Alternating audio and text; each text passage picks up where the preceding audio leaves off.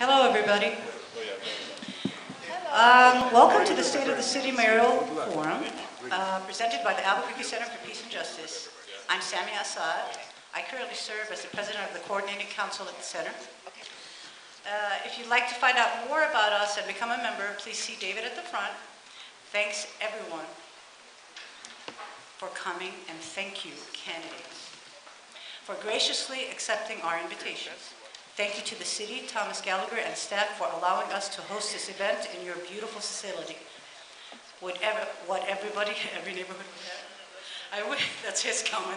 I wish, you know what, we are lucky in the Northeast to have this. This is a beautiful center. But thank you for coming out. Well, if you didn't hear my joke, I said every neighborhood should have a facility like this, and hopefully one of these days we will. So again, thank you all for coming. I'm Tom Dent. I'm the former president of the Albuquerque Centers for Peace and Justice's Coordinating Committee. I'd like to introduce you to the esteemed Cheryl Harris over here. She's going to be our timekeeper. Most of the questions are going to be 2 minutes long. The first question is going to be, well, it's just going to be introductions. That's going to be 2 minutes long. The second question is going to be 3 minutes long because it's a little bit complicated. But every other question is going to be have a 2-minute limit. And like I have been telling the early birds, there are 3x5 cards on your seat. If you have a question for the candidates, the second hour is designated as a people's forum. We will do our best to read your questions to the candidates in the second hour. If you're done with your questions, just hold them up, and Ernest and Halima will come by and get your questions. There's some water near the back table if you need it. The facilities are right around the corner over here. Again, thanks to Tom Gallagher and Senior Affairs and the Multi-Generational Center for letting us host this event in this beautiful facility. Okay. I think that's all, if you want to start it off. Yeah, look, I would like the candidates to start introduction. And first candidate to the left and go on down the line. Again, please limit to 2 minutes. Thank you. Is that me? Hi, everyone. Can you hear me? Okay, I didn't realize there was a mic here. Well, then I don't have to ask that question. My name is Susan Wheeler-Dykes. Just call me Susan. Don't worry about that complicated last name. It has taken me every minute of the last 9 years to know what I know about running a good city, about how Albuquerque runs well and how it doesn't run so well. And I have spent that time as what I have named myself a citizen activist to learn how things work in cities. I have never been a member of city government of any kind, but I've certainly served on, whoops, I think is the microphone out, or did it just go down? Oh, okay, thanks. I didn't hear it anymore. Where was I? I have never served in city government before, but have been very, very busy working alongside folks from neighborhoods, elected officials, city staff on all kinds of projects. But I started with the redevelopment of a derelict grocery store in the downtown area right near where I live. And 2.5 years later, after learning how to do community engagement and every other thing you could imagine, we had a great new grocery store. My intention actually was to go back at that point and resume my former life because I do work, but it was not meant to be. Neighbors, people from government reached out to me and told me that there was no turning back, that the city of Albuquerque needed me. And here I am, and I'm asking you to examine all of us candidates, but in the end to pick me. Thanks.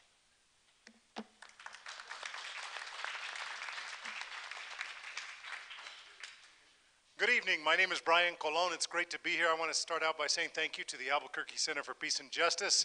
The programs that you put on for our community are impactful and important, so I appreciate each of you participating this evening.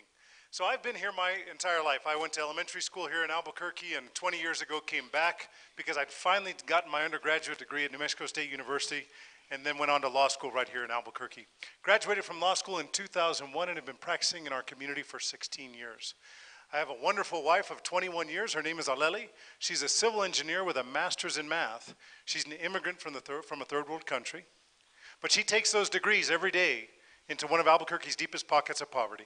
She teaches math at Van Buren Middle School, where she adores and loves those children and tries to help them do what I did, which was with the help of the community, I broke a deep cycle of poverty in my family.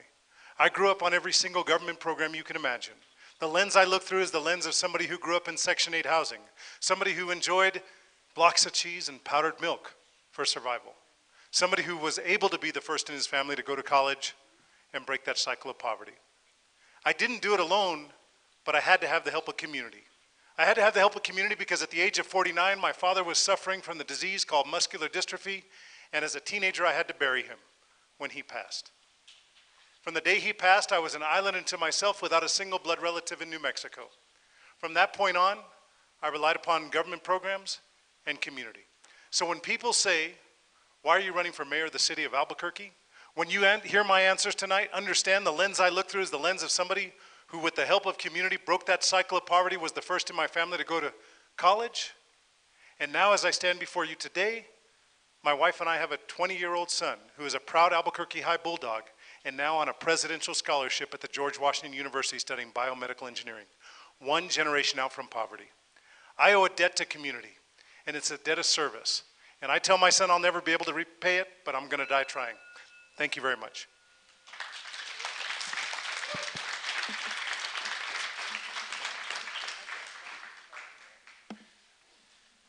Hello, my name is Gus Pedrati. I know this looks different.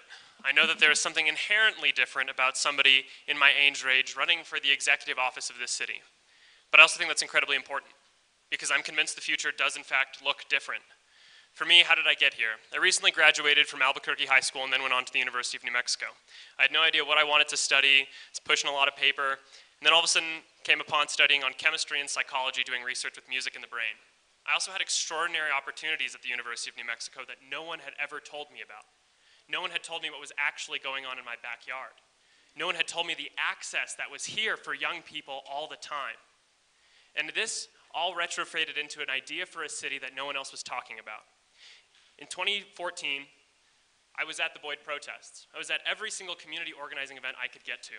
Downtown, City Hall, PSL, wherever they were talking about what they could do to stand up to something that had marginalized their communities and misunderstood social issues in our city, I wanted to hear. Because that was a conversation I'd never had to have been a part of previously because of the privilege that I carry in our city. After that, I saw a militarized police force for the first time in my life. I walked that riot line. I looked at that service, and I realized that there was something inherently wrong when a city utility is looking into the eyes of a citizen and we're sizing each other up as a threat. That promoted me to ask one question. What's a city's responsibility to its citizenry, and what's a citizen's responsibility to their city? I later went to work on with Project ECHO, a new healthcare service model in our community specifically designed to target hepatitis C, focusing on the context, the social issues surrounding this issue. And that, for me, gave me another paradigm shift. How could we not be standing up to these epidemics in our community without understanding the context, without taking our whole experience in and moving forward to actually provide for these communities? With Project ECHO, I'm here to try and suggest a service-first model instead of the classic law and order dialogue. I'm here to stand up for a future that actually bolsters education through economic development and tell you that Albuquerque is at a tipping point for the brightest future it's ever seen. Thank you.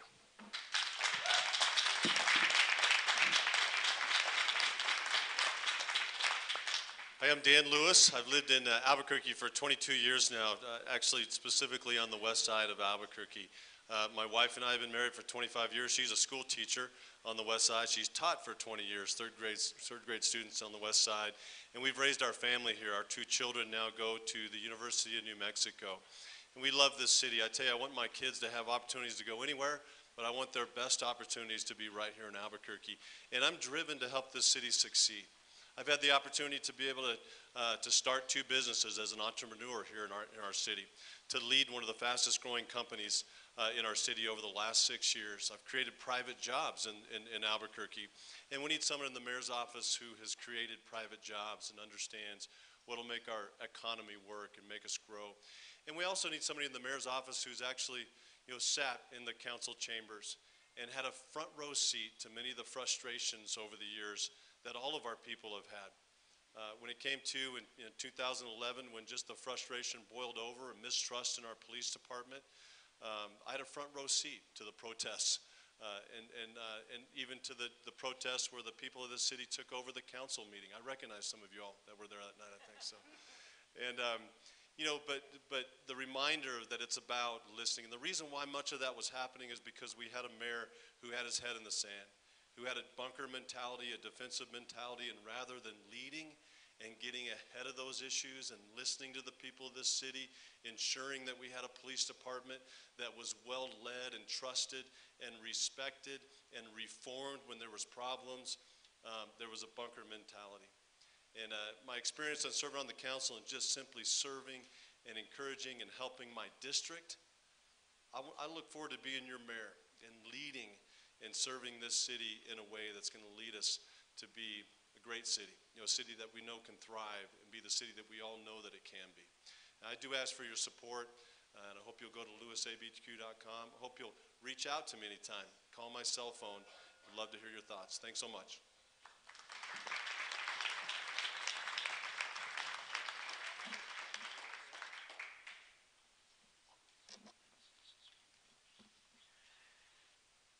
Good evening. I'm Tim Keller, and some folks might remember me as the state senator from the International District. And I learned a whole lot in that role about what it means to represent some of our diverse communities and underinvested in communities right here in Albuquerque.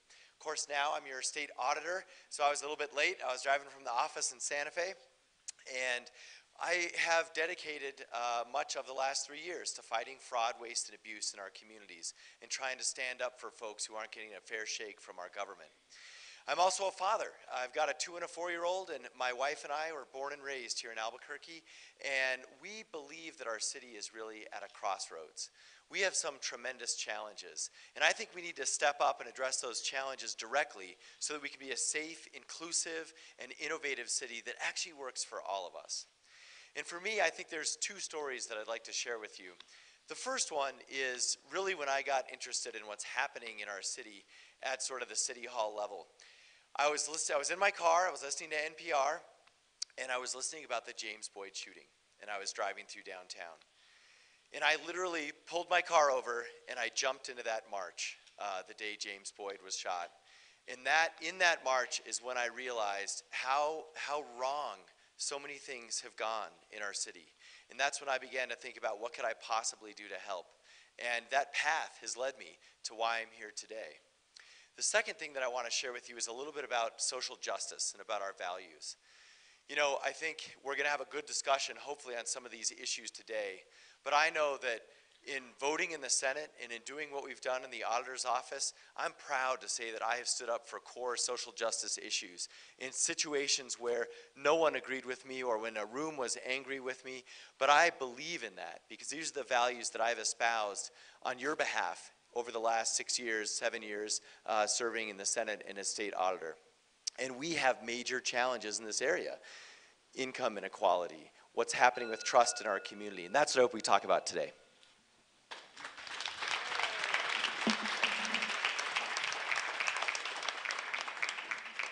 Hi, again, if Michelle Garcia's Holmes' representative is here, you do have an opportunity now to talk. We're going to have to start going with the rapid fire questions pretty quickly. The first question is, every question is 2 minutes. This one is a little bit different because it's 3-pronged, so you get 3 minutes to answer this. And we'll start with Mr. Lewis and go down from there. Okay. The U.S. Department of Justice's consent decree charges the Albuquerque Police Department with a pattern of excessive force. Do you agree that APD has used excessive force in policing? And if so, to what do you attribute those policies or practices? And what is your plan to genuinely change that culture? And to what degree of authority would you give a citizen police oversight board to help implement those changes? Well, the answer to the first question is yes. It was obvious. You know, long before a year and a half before the Boyd shooting, mid-2009, I was the first city councilor to publicly say that we had systemic problems within the Albuquerque Police Department. There were serious issues and serious problems, and a chief and a mayor that were not accepting it, were not getting ahead of it. For me, it was a transparency issue. I was also one of the first to say publicly that we needed a DOJ investigation, because I knew that the only way to clear our good officers and to reform that department would be for an absolute investigation into the department. Now, the department did find that there were civil rights violations, and certainly in the area of use of force. These were policies that were written long ago. So these policies that other people before us, before this mayor, presided over. Now, but we also had a mayor that wasn't taking responsibility for it either. And I'm not saying that we should blame it on what happened before, but we have policies that have been in place, and then a culture, within the department that led to a lot of bad things. I mean, we had 38 police-involved shootings, and I tell my other Republican friends who were very upset at me for taking the stand that I did, and I said, at what point would you stand up and say that there's a problem here? Maybe after 5 police-involved shootings at a time when El Paso had 0. How about at 10? How about 15? When would you stand up and lead and say, we have some serious issues here that we've got to get ahead of? Well, how about 35? And so times like these call for leaders to call it what it is, to be brutally honest, and to get to the heart of the problem, and to be able to train and have high expectations, and to be able to lead that department to be the most respected and trusted. I knew that when we had completely lost, this administration had entirely lost the trust of the people in this city, that we were no longer effective. And that led to me calling for Chief Schultz's resignation. I knew that Chief Schultz had no ability at that point to truly lead the reform. And I said, he needs to go. And the next day he resigned. We need leadership, and when it comes to the police department, the mayor is ultimately the boss. If the buck stops on the 11th floor, and to make the assurance that police department is well led. Now, at the same time, we need to make sure that department respects and trusts their leaders, that we pay them well, and that we ensure that they're well led. And I'll say real quickly about IPRA, and I'll talk to you about this some more.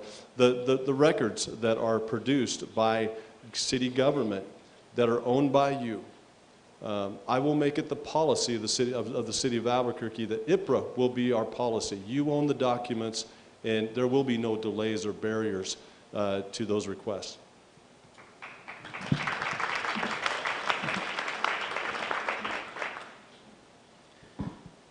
In a big way, this is personal for me and this story for me because of how it started. There were many protests and events related to the Boyd shooting, which is the most recent example of this, and one that I hope we never forget. It wasn't one day, it wasn't one protest, it went on and on and on, demanding action from a non-responsive group. What I saw there and what made me choose to stay involved was the fact that there was a casket symbolically made with the names of so many people scrawled on it. Names I didn't know. Names that weren't from a community that I was familiar with. And I realized that I didn't understand the full context of our city. I also heard from one of the community organizing lectures I went to about amnesia to this type of brutality. And that was something that I was also absolutely stifled by. And you remember the fact that we had contracts with the TV show Cops, and you remember all the ways we used to escalate these incidents to make money and how we profit off of policing. It all becomes very clear. This isn't a one-off issue. This is systemic. So how do we move forward from it? We know that it's apparent that yes, it exists, but what do? Obviously, we get a new police chief. And through that, we actually involve the Police Oversight Board. We make sure that they have a say in this, and we make sure that the police chief is responsive to all of their recommendations, that they cannot blow off 47 and counting recommendations by our civilian oversight. That's an easy bottom line.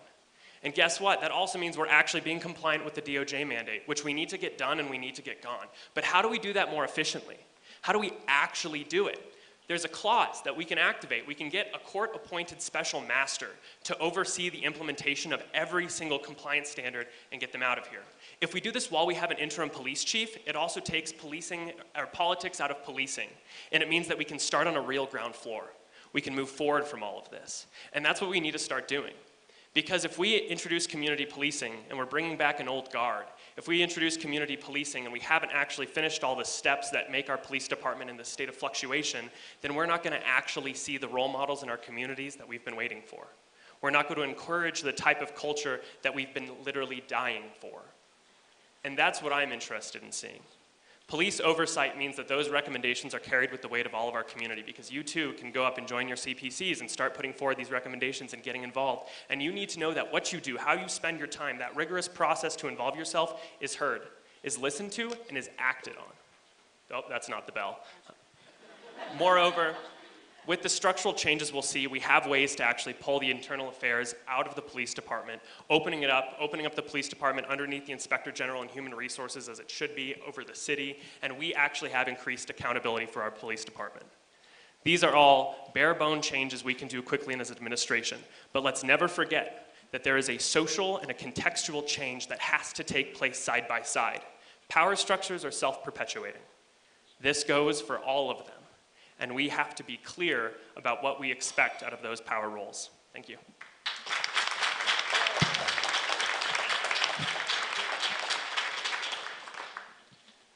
So when I announced my bid for mayor on January 25th of this year, I said that we were going to create a safe city and a smart city. And I talked about how the trust has been broken. The trust has been broken between the administration and rank and file officers that are sworn to protect and serve, but it was also broken between APD and our community. It absolutely has to be rebuilt. That's going to require a lot of change. In terms of whether there was a pattern of excessive force, we know that those findings are clear. We know that there has to be change in the department. That only comes with leadership that stands tall in front of the public, in front of APD rank and file, and says, we're going to come into compliance with the DOJ mandate. We're going to come into compliance with this court-approved settlement agreement, and we're going to do it now. But instead, we've seen 6 reports that says there continues to be resistance. The reason there continues to be resistance is because of a lack of leadership and a lack of clear messaging that that's our job. Had I been mayor of the city of Albuquerque when we entered into that court-approved settlement agreement, that's the message I would have sent on day one. I would have sent a message that said, we're absolutely going to come into an agreement with this because we were at the table when it was approved. And that's our job.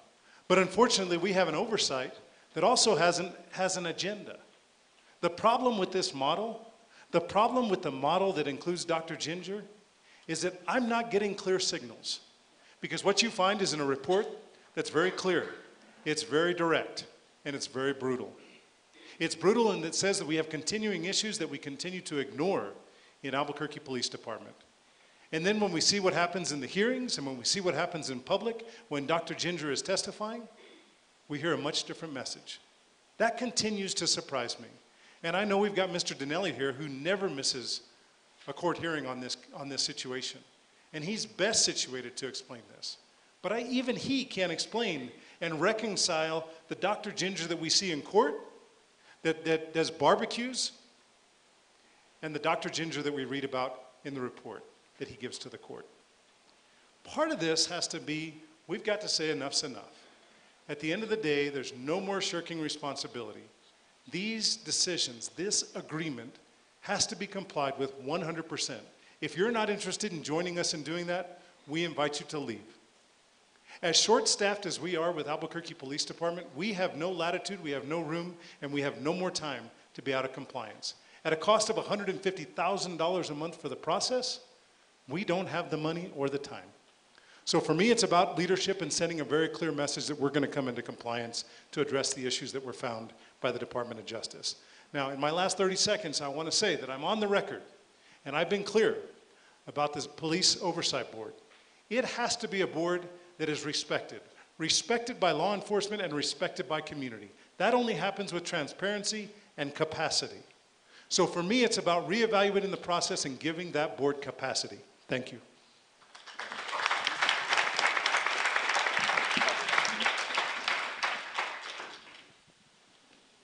Yes, indeed.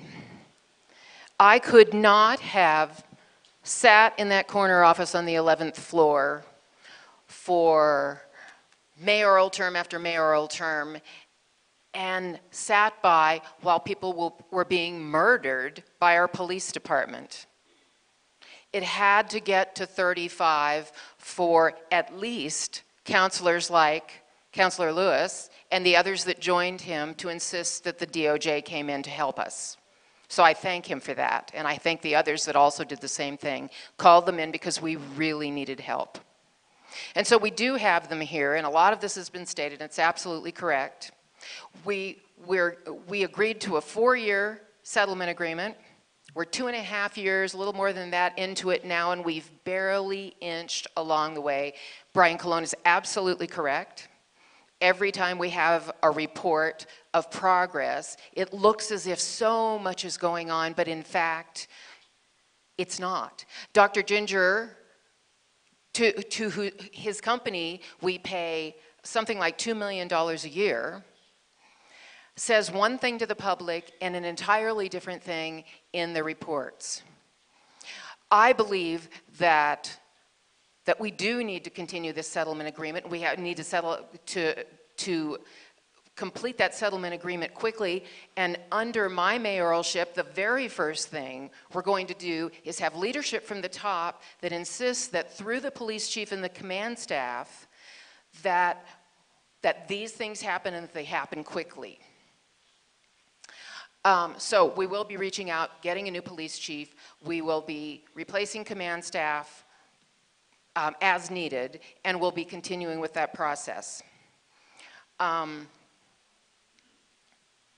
So as we move forward, we can no longer have anything like this going on in the city of Albuquerque.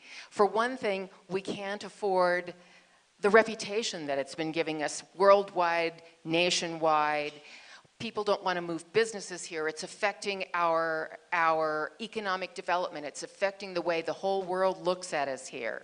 I will be the mayor that will lead us through this. And by the way, the CPOA, Citizens Police Oversight Agency, many folks who are in the police department really think that their conclusions shouldn't matter. I believe they should.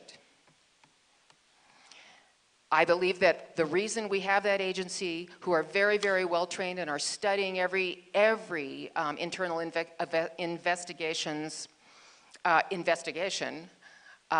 they also study them, and they need to sit together and come to conclusions about what kinds of responses should happen after violent incidents in the police department. Thanks.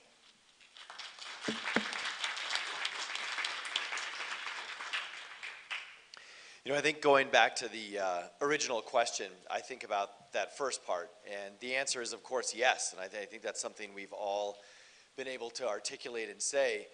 I also think that we have to hold folks accountable, and I was able to stand up to the former chief when it was the taser situation as an elected official and call him out and call out the deal that he had for the lapel pin cameras and so forth. And I think that's really important, because a lot of this, when we say what it means to stand up and so forth, it is not that easy sometimes to actually say that a chief of police should resign, or that a chief of police did wrong, or that a chief of police still has basically gotten away with that, even though we wrote an entire audit on this. And that's something that I hope is resolved in the near future. Now, I also think that there's some basics that many of us agree on. I too want to bring in a new chief. I also want to bring in new leadership. And I want to investigate as far down as we have to go into that HR organizational chart to remove some of this, the cultural challenges that we have in APD. But I think a piece of that also has to come with not waiting for anything. When I talk about the DOJ reforms and we talk about whether it's a special master or it's Ginger, I don't actually care who's doing it. I know as mayor, I'm going to take responsibility for finishing those reforms. And I'm going to do it on my own. Yeah, a staff might help and so forth, but there isn't going to be anyone else that is delegated to. And then you can hold me accountable for whether or not we're doing that, regardless of what a monitor or a special master says. They've laid out the roadmap. We just need a mayor to commit to doing it. And that's what I want to do. Now, the other piece of this that I think is very important is We have to look at what we're doing with the philosophy from what I've learned in terms of it's been based on officer protection after some changes and some shootings that happened. We've got to get back to protect and serve. And that sort of philosophical shift also has to come from the academy and the curriculum in the academy. And it also has to come from a officer force that is representative of the community. Our police department should look like Albuquerque, and that means ethnically, it means gender, it means we've got to have race equity in the police department. And it also means that we have to get back to community policing. And people say this term, but I was so fortunate, I got to see it work. We had some of the lowest crime in 2 decades in the International District when I was the state senator there. I had nothing to do with that, but I saw what happened. We would meet on a neighborhood by neighborhood level almost every week with an officer who had been there 2, 3, 4, 5 years, who actually knew us by name. We had their cell phone and they had ours. And we would talk about the meth house down the street. Then they would check it out and then they would report back. And then Safe City Strike Force would come in. It was all community driven. It was not once a month in one quadrant of the city. That's not community policing. We've got to get back to actually doing this the right way.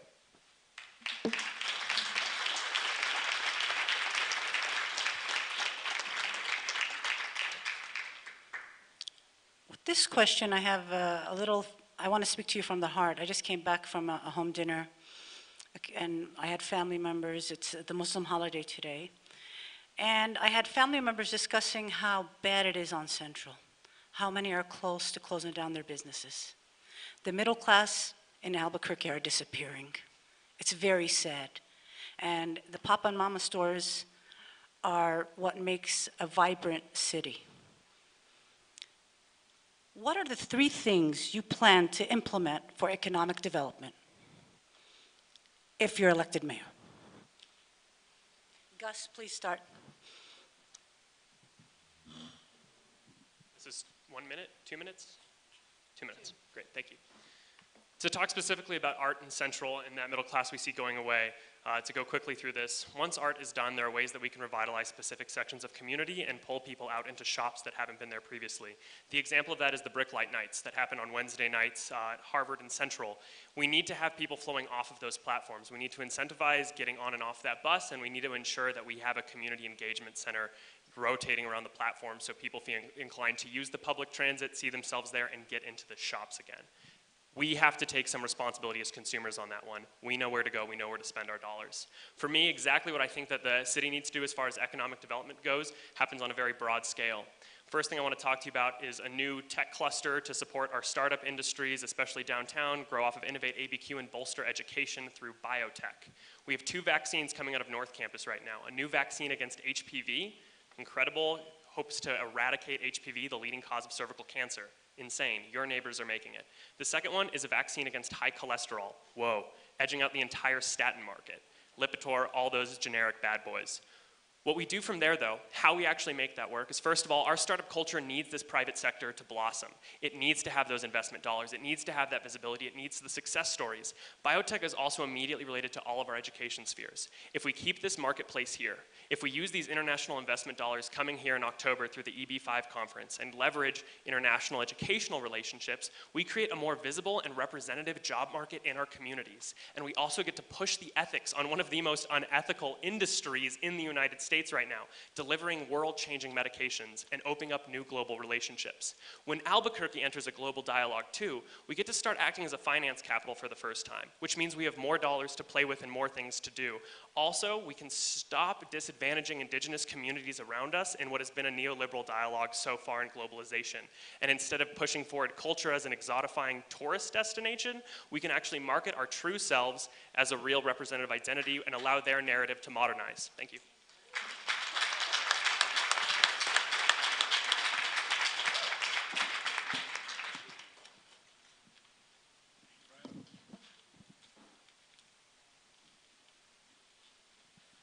So thankfully, by the time I Need Lipitor, Gus is going to take that platform to the next level, and high cholesterol will be solved. Thank you. Listen, I think that we've got a lot of great things going on in Albuquerque. Part of what we have to do is tell our story. We failed to tell our story in Albuquerque, but we are at a great juncture when it comes to economic development. We have to continue to look in our budget, find and identify platforms and opportunities for efficiencies so that we can invest in our community. I've spent a lifetime advocating for small businesses. I've owned small businesses. I've employed small business employees for many, many years, since my time when I was a teenager down in Las Cruces at New Mexico State University.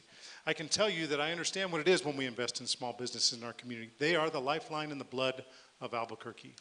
When we talk about the art project, there's only one thing that I really love about the art project, and I think it's relevant to economic development.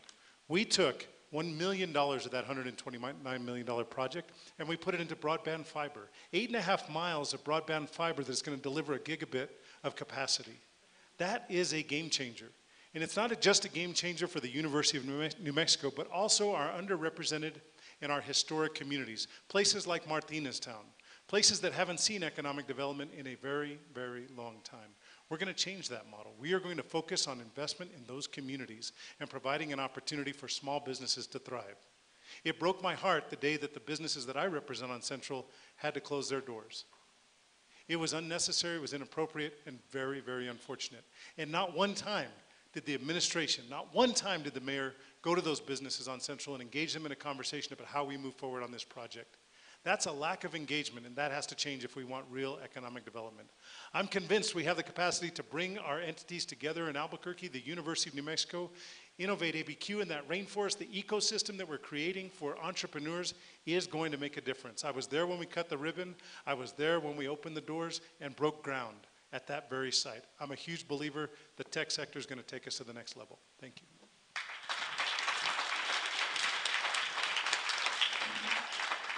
I too am a huge believer that the tech sector is going to take us an awfully long ways, and many of them will be riding on the Albuquerque Rapid Transit. One of the reasons that, for those of you that have gone to multiple forums, you know that I am the most dyed-in-the-wool supporter of the ART project.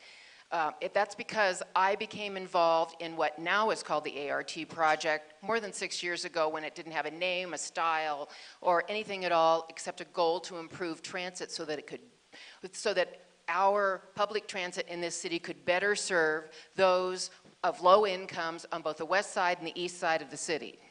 Parts 2 and Parts 3 of the ART project, by the way, this is a complete aside, but maybe it's not, are north and south routes that will be handled by Rio Metro starting in a couple of years. Thank you. At least one person here knows about that. It's going to really be cool, and it'll end at the airport.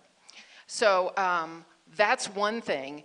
Upgrading our upgrading our public transit is really, really important. And then through design, building the kind of city that's dense and close and will attract the kinds of people that want to live close and walkable, bikeable, and with multi-modes of transit to the things that they need to do. That'll be a great short-term and long-term investment in economic development here. Another thing that we need to do that I don't hear anyone talking about very much is we must promote the heck out of our international free trade zone at the airport. Manufacturers need to know that we have this very unique zone at our airport in which they can import and export their New Mexico-made goods. This is a very, very special thing we have here. Thanks.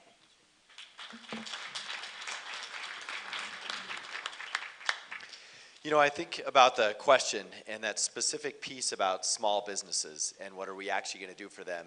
And there are lots of amazing big ideas out there, and there's certainly a will that people want to do more.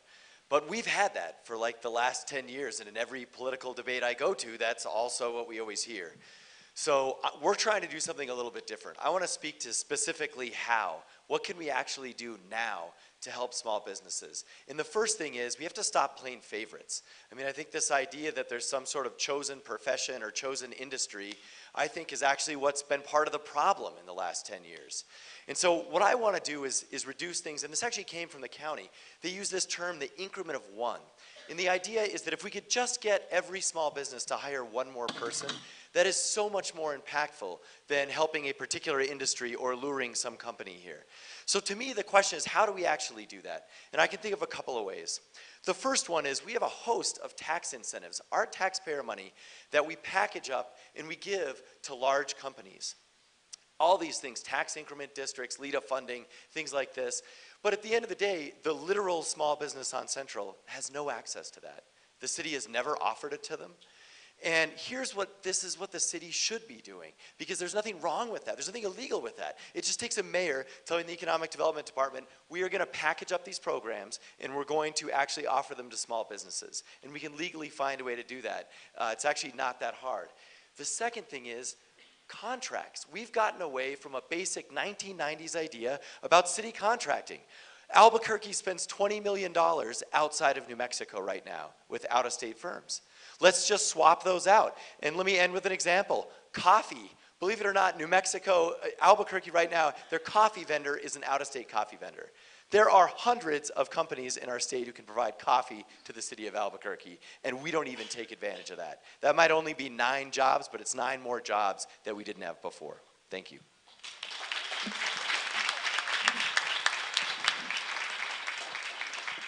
Well, economic development, it starts with community development. Those go hand in hand. So we do have to have communities, great neighborhoods, and a city government that's a part of the fabric of it.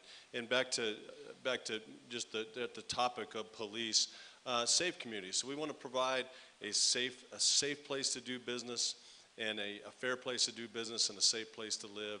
And that's incredibly important. Police officers that are known as peacekeepers, not just enforcers, marked cars everywhere you go, and police officers that are part of the very fabric of our community, and we'll get there. And then it's doubling down on our entrepreneurial ecosystem, attracting talented people that have great ideas, and that capital begins to follow, and private investment begins to follow, and we're developing that entrepreneurial ecosystem downtown. It's growing. It's one of the bright spots in our city. I'll double down on that ecosystem and ensure that the best and the brightest not only come to Albuquerque, but the best and the brightest in Albuquerque have everything they need to be able to thrive, to take ideas and turn them into businesses. And we've got incubators and accelerators now that are helping to grow in that area. And then we're going to focus on our strengths. And one of our strengths is small businesses. 80% of the jobs in the city are provided by small businesses. The way we incentivize small businesses, we don't have enough money in LEADA funds to be able to give a little bit of money to every single small business, but what we can do is we can reduce the kind of burdensome regulations on small businesses, and that is a huge incentivizer to be able to create jobs and add jobs. We have to take away the burden that city government, all government, puts on small businesses. But we also have some other great strengths like directed energy and strengths like big data, health and biosciences. Our creative economy is huge. The technology that's leading to autonomous vehicles. We want to double down on the kind of strengths in our community that are going to create high-paying jobs. And I'm proud to say also that the LEADA funds that the foresight of the City Council had several years ago to put $10 million into the LEADA funds, 2/3 of those LEADA funds went to local companies to help them expand and grow.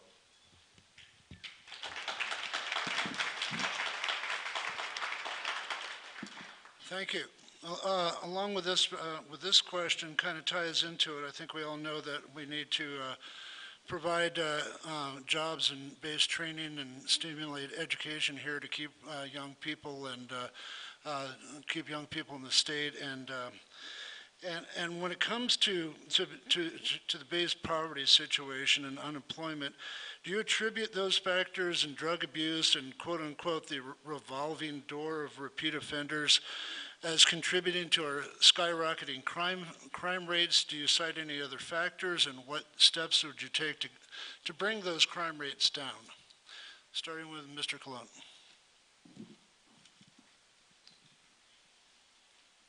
We've been talking about this for the last 8 months, and one of the things we know is very true. Crime rates are directly tied to those things that drive crime in Albuquerque, such as poverty, behavioral health issues, mental health issues, and drug addiction. If you recall, we had a support system in Albuquerque to address some of these issues. Unfortunately, we had a governor in Santa Fe who decided to tear apart that network. We had phenomenal cooperation and collaboration in Albuquerque with our nonprofit sector to provide resources and services to those who have issues with behavioral health, drug addiction, and mental health concerns. Unfortunately, many of those have been stripped away.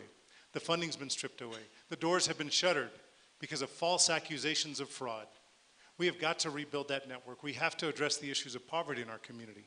And that comes from a support system. It comes from a support system where a leader says, this is a priority. We could do a lot of great things, and I have to say that it's been a pleasure to work with the Behavioral Health Initiative, first in getting the tax passed, and now trying to get implementation. The struggle has been to do what I think we really have to do, which is invest in bricks and mortar. Finally, thank goodness, we've started to deploy some funds into the community through agencies such as PB&J, who I've been a long-time advocate for, to help say we're going to serve those people in the community who need it most. But we've now got to talk about bricks and mortar. We've got a beautiful facility on Gibson. It's got ready with an emergency room. Let's have the city start entering into negotiations on that old Loveless building so that we can have a treatment center, a triage center, so that we can actually impact the people that are part of what we call the revolving door problem. Because let me tell you something, when you take people that have issues of drug addiction, mental health, behavioral health, and you put them right back into the same situation they were in before they went into jail or prison, without support for reintegration, they're going to be right back with you. Right back with you in prison. Right back with you in jail. People like my brother struggle with drug addiction. If we don't have intervention programs and reintegration programs that are truly part of our city's fabric, we'll continue to have the issues we have today. Long term, we've got to address the issue of poverty. It's something that I'm very deeply committed to and look through the lens of every day.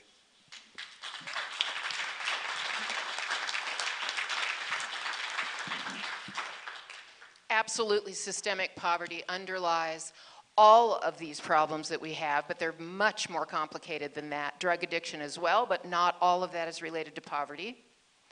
And poor educational outcomes, not all of which is related to poverty, but largely. So we need to tear these issues apart. I absolutely agree with Brian Colon that we need to get hold of that old Loveless building on Gibson. It's just sitting there. I know another nonprofit that was trying to get it about 2 years ago, and it just didn't seem to come together for the same use. This was a faith-based group that also did the same thing in Los Angeles with very good results. So we do need to get hold of that. And I don't believe, though, that police officers need to be specifically tasked with doing behavioral health and addiction help other than momentarily solving crises. We need to empower them with ways to very quickly get the help to the 92% of people they are sent out to call upon when police calls go out. 92% of them are for either behavioral health, mental health, drug addiction crises, or all three wrapped together. Our police now, at certain times of day, do have places that they can access for help and referrals. But they don't have that available 24 hours a day. And most of our police officers would passionately like to help the people they serve. So that's one thing. Hopefully we'll get to revisit that later. Better educational outcomes. We must support families, especially because of systemic poverty from the moment children are born until they graduate from high school, knowing that they have the skills to either go to work at good jobs and or go on to university. Also, we must make sure that we come together as communities. The things that we would allow to divide us, that's got to stop. I will lead from the front and will show that we are one community together. We are powerful together. Separated, we're nothing.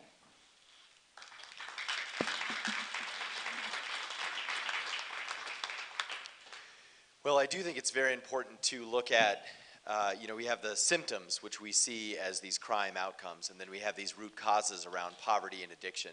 And that truly is where we should focus. I think there's a couple of ways to do it. On the education front, I mean, this is part of why early childhood development is so important and why I think the city should invest in it and try and make it available for every kid in our city, because that has been shown as the earliest point where we can actually make a difference on all these different issues, whether it's poverty, whether it's addiction, whether it's health, social determinants of health, even mental health. This is the avenue in where we can actually make a difference and sort of break up that cycle. But also we've got to deal with folks who are literally dealing with this right now. And that's why I support also community paramedicine engagement teams. And this is something other cities are trying. Seems like a great idea, but basically in a call for somebody who's having an addiction or their medication is, or an overdose, or their medication is having some issues, you send a paramedic and a social worker to tie them into the right programs instead of sending 6 police cars and a fire truck, or not sending anyone at all, which is what's happening right now. But let me speak to, I think, one thing. We are a big city, and we've got to own up to this like every other big city. And we should actually have a city-run behavioral and mental health center.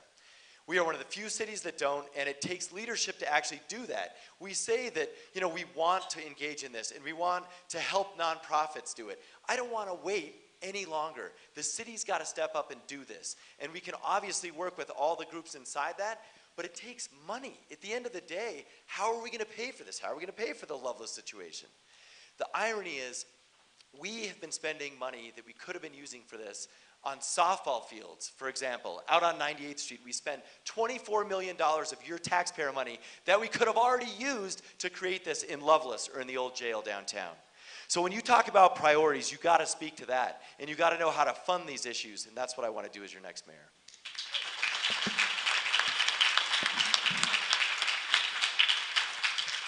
Well, the way you fund those issues is you don't take capital dollars that are intended for economic development that you can't use for things like that. So you also have to know how, you know, city budgeting works to be able to do that. And you'd also have to know how, if you have, the county does a $10 million behavioral health tax, you could bond against that and build a $100 million building right now.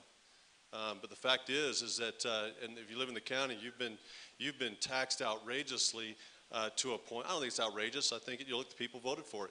But there is a massive amount of money right now for behavioral health. The city of Albuquerque spends $45 million a year on behavioral health related issues. And I absolutely agree that much of the crime and much of the problems that we're experiencing right now are because of the root causes of drug addiction and behavioral health issues.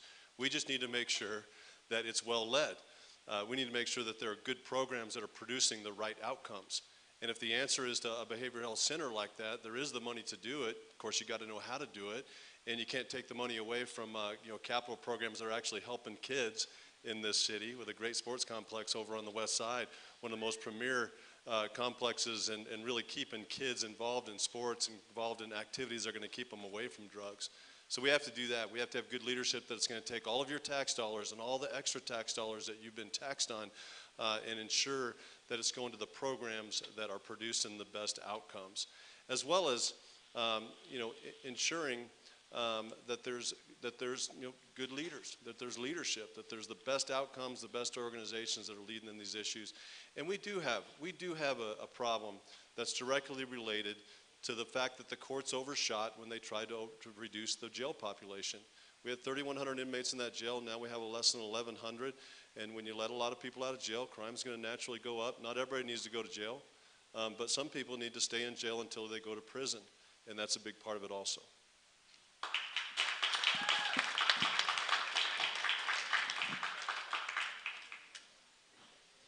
Talking about crime alone as far as acts specifically is, yes, superficial. We know that there's greater context there, and we have to act on that context. Yes, behavioral health care is the solution. Healthcare is so important to all of our communities. We cannot ever overvalue health.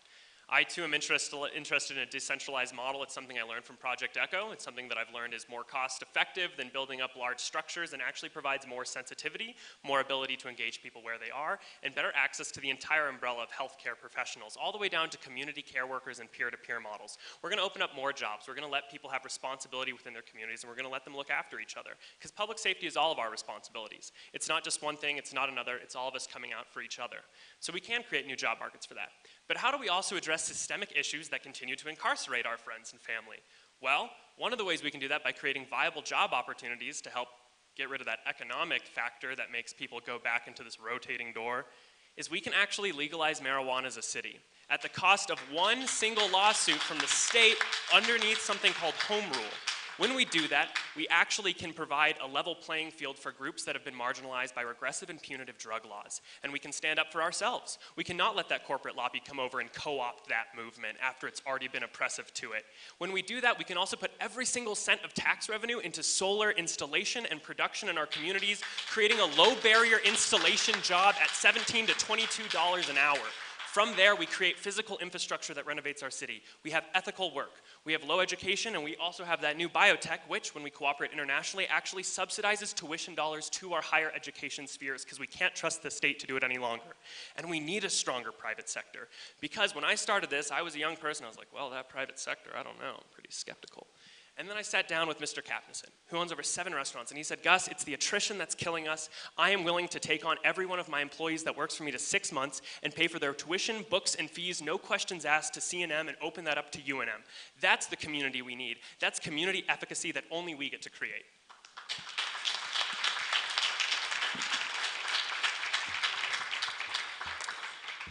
This past year, we've witnessed the reckless and tragic death of Victoria Martin and Amari Varela. How do you plan to effectively assure that CYFD and APD and vice versa better communicate and have better time responses? And if elected mayor, who will be your city attorney?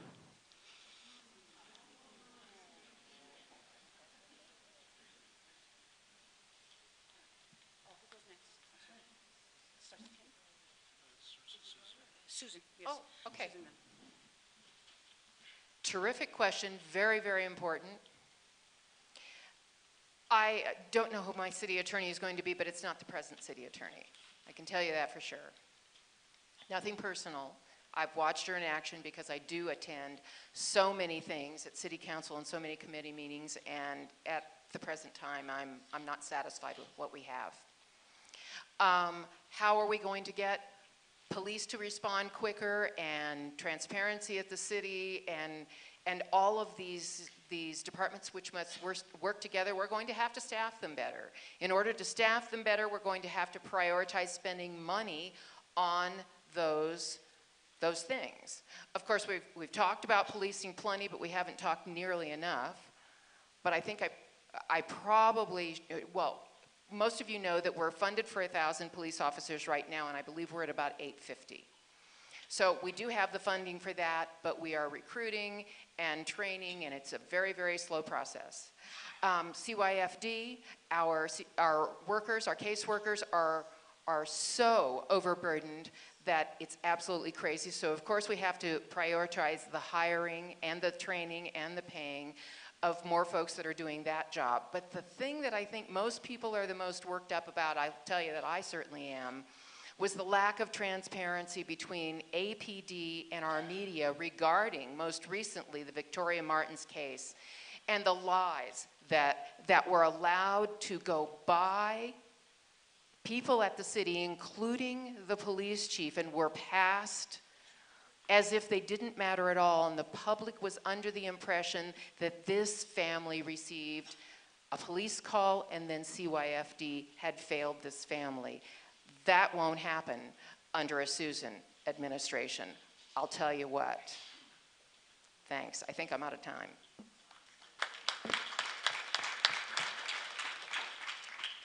You know, I actually agree with Susan's answer on the city attorney. I've thought about it a lot. I do not have an answer to that question, but I also know that it's not going to be the folks that are there now.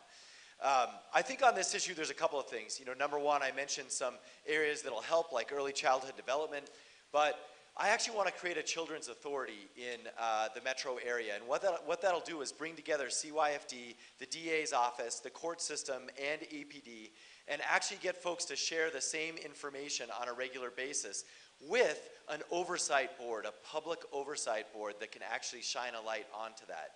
And I think that actually would have caught this, hopefully, before it ever happened.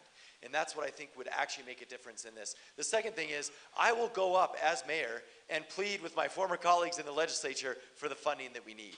You know, this mayor never did that. I am happy to do that on behalf of the courts and the DA and the county and all the components to this. Because the mayor's got to say this is the city's issue, and the mayor has to do everything to fix it, even if it means trying to get more money from Santa Fe. The last piece on this that I want to mention is we've also got to send a signal on domestic violence. And folks know in our office, we did an audit of the rape kit backlog, and it goes 30 years back. There's almost 4,000 untested kits in Albuquerque. And it's amazing what we've seen since we shined a light on that. We've seen accountability at the state level. They have a plan to get rid of it. Yet at the city level, we have seen half measures. We've seen this 311 plan, then we saw grant funding, and maybe they tried to make 20% progress on that backlog. Today, it is bigger. And let me end with this. Dan and I like to argue about budgets. There's a $4 million fountain on Civic Plaza. The price of that fountain is the price to clear the rape kit backlog in Albuquerque. That's how you prioritize.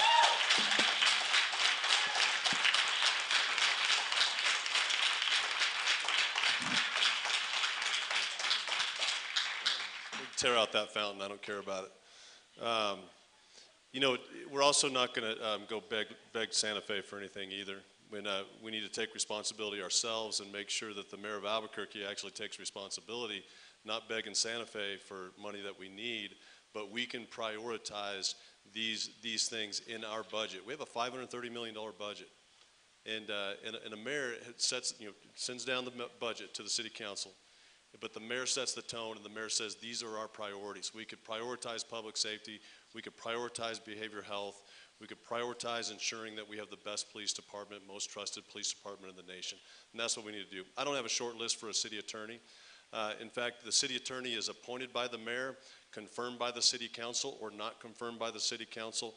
And the city attorney works for the city council and the mayor. The city attorney actually works for you.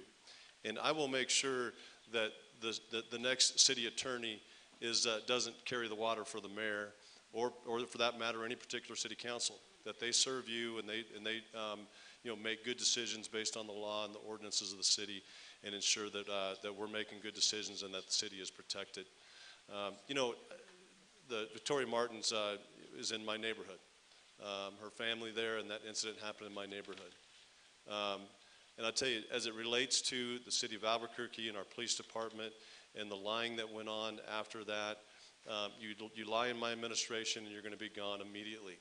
And when we know we've made a mistake and was miscommunication between agencies, we'll get ahead of it immediately. We won't wait 2 months before we actually explain it. We'll get ahead of it, and we'll be honest, and we'll get it out there, and we'll make the changes that are necessary to be effective.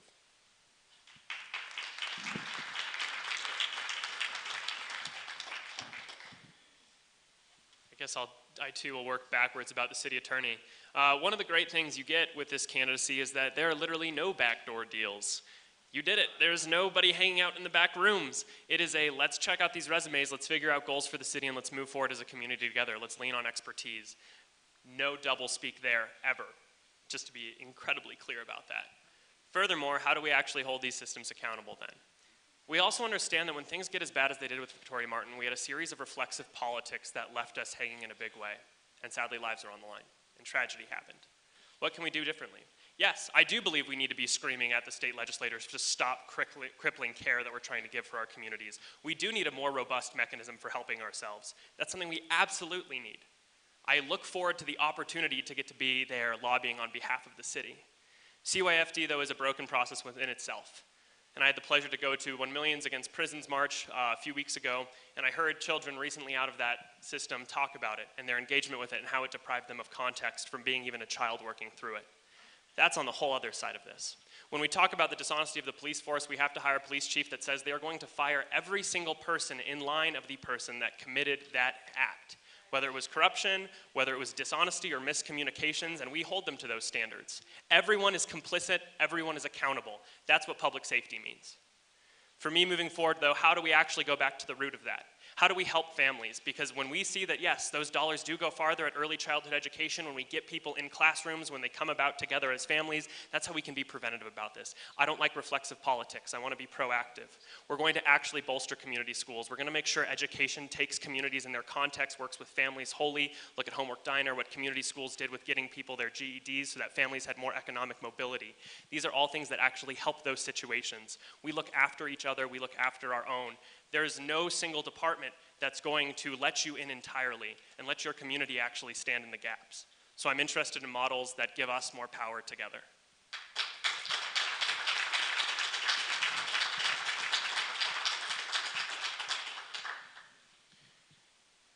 Here's the danger. The danger is we become numb. We've become numb to these tragic situations that happen in New Mexico, and we can't do it anymore. We have to say Victoria Martin.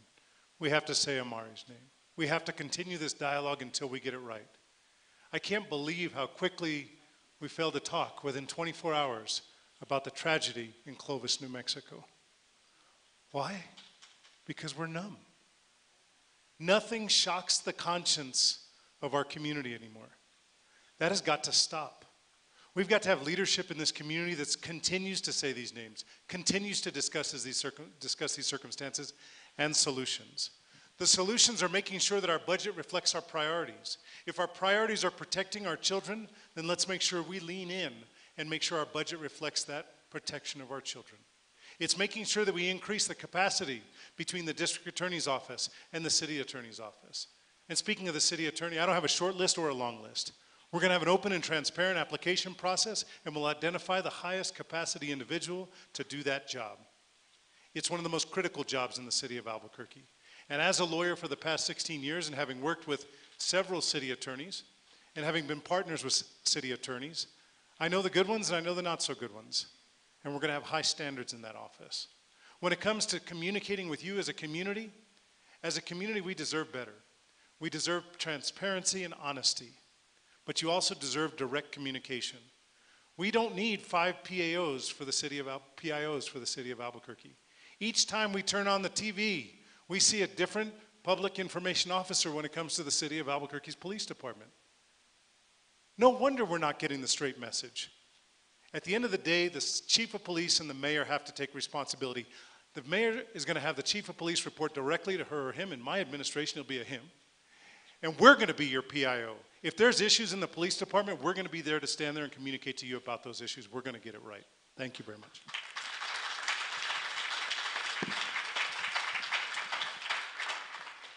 Thanks. I know this is running a little bit late, but this is the first question from the audience. While the Santa Elena development is a Bernalillo County decision, it directly affects the Albuquerque Water Utility Authority, in which the city participates. Do you support Santa Elena?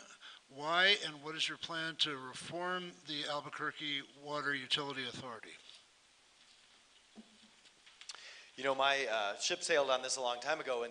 In the legislature, I voted against SunCal, and those were very close votes. One was even a 1-vote margin. And so I've stood up against unplanned growth and sprawl throughout my career, and I'll continue to do that. For me, there's a couple of concerns that I also want to mention on this. If you think about, you know, for example, on the west side, and there's a need for amenities and things like this, but if we're going to build another community right next to that community, it's going to drastically drop everyone's home values. And there's this cannibalization effect. I mean, it's like, what's actually going to happen to all the current small businesses that are right on the border of this proposed project when they have a bunch of new ones? So I really think I want to focus inside the city limits. And I even want to use these tools. I want to do the reverse. I want to take tax increment districts and that concept, and I want to make tax increment districts, if not the entire city, in areas where we have underinvested communities. Why can't Bareilles have a tax increment district, right? Why can't the International District have one? That's how we should use these tools. Now, with respect to the Water Authority, this is clearly a huge concern as well, and always has been throughout our history. And I think of what we do in how amazing the Bosque is and the agricultural community that runs right through our city, and the dangers that this represents. We've got to do something about this issue. Now, I'll be honest, right now the mayor has 1 vote on that board. And so I would love to find ways to actually make this a better process to control our water. But the first step is that the mayor's got to go in there and vote his conscience and do what's right and explain to the public what's going on. The next step is to actually try and fix that board. Thank you.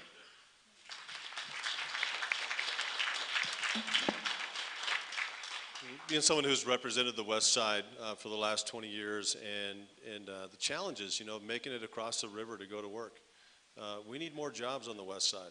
The problem with river crossings and trying to solve those issues are solved when we create jobs on the West Side. So, and a lot of it has to do with zoning. A lot of it has to do with planning. Now, on Santa Elena, whether you agree with it or not, it's certainly not sprawl. Because, it's in the heart of our city. I mean, much of it is in the heart of our city. And it also is, whether you agree with it or not, I mean, the very plan is what's called planned growth. And so, you know, I want to see developments like that go in that are planned. I mean, that are actually have the forethought. So the process is good that we're going through. And if it creates jobs, and honestly, if you've not been on the west side, you don't really understand all the people that live over there, you'll understand the difference between unplanned growth and planned growth. I could show you some unplanned growth on the west side.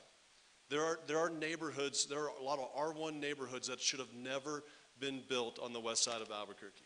I can take you there and we'll all agree that they are. But Santa Elena and others like it, whether you agree with it or not, is the attempt to plan the streets, to plan the water usage ahead of time, to plan to make sure that there are jobs that are also zoned and planned along with residential neighborhoods. And so I fully agree that many people here that don't completely understand or completely agree with me on it, but take it from somebody who's lived on the west side for a lot of years and has dealt with those issues of how we create jobs and how we create good planned growth, sustainable growth on the west side. And whether you agree with Santa Elena or not, we do need good, sustained, planned growth on the west side.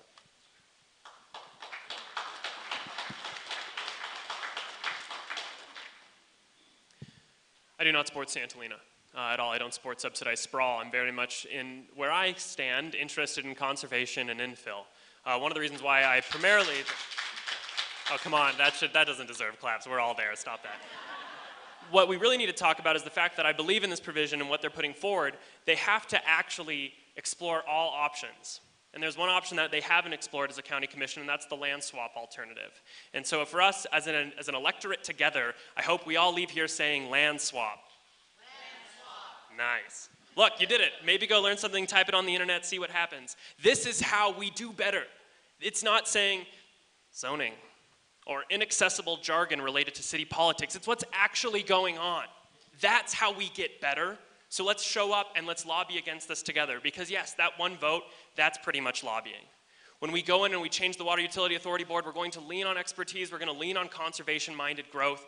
Honestly, we've done pretty good things with water conservation, but we can do more.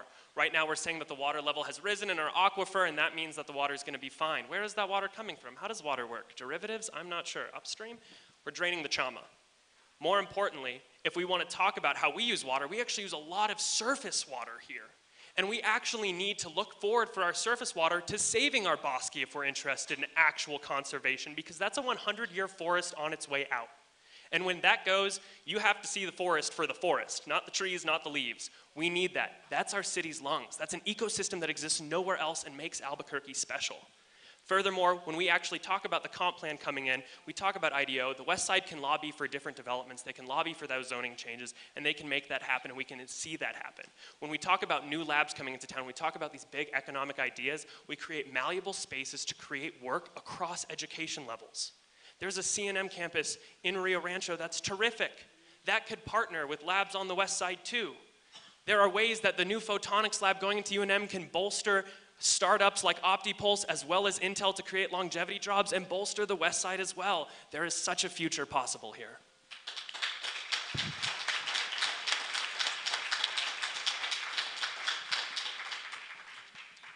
The Santa Elena project has one big question, and that's the water. For me, it's about opportunities to do infill growth and planned growth to the west. That's what we've got to talk about. That's the future of the city of Albuquerque. If we're not growing, we're dying. And that growth has to happen on an infill basis with incentives infill and also to the west. But at the end of the day, the most important question there is the water question. We're getting mixed messages. That's unfortunate. So for leaders, we've got to make sure that everybody's at the table to give us a clear answer. The science is the science.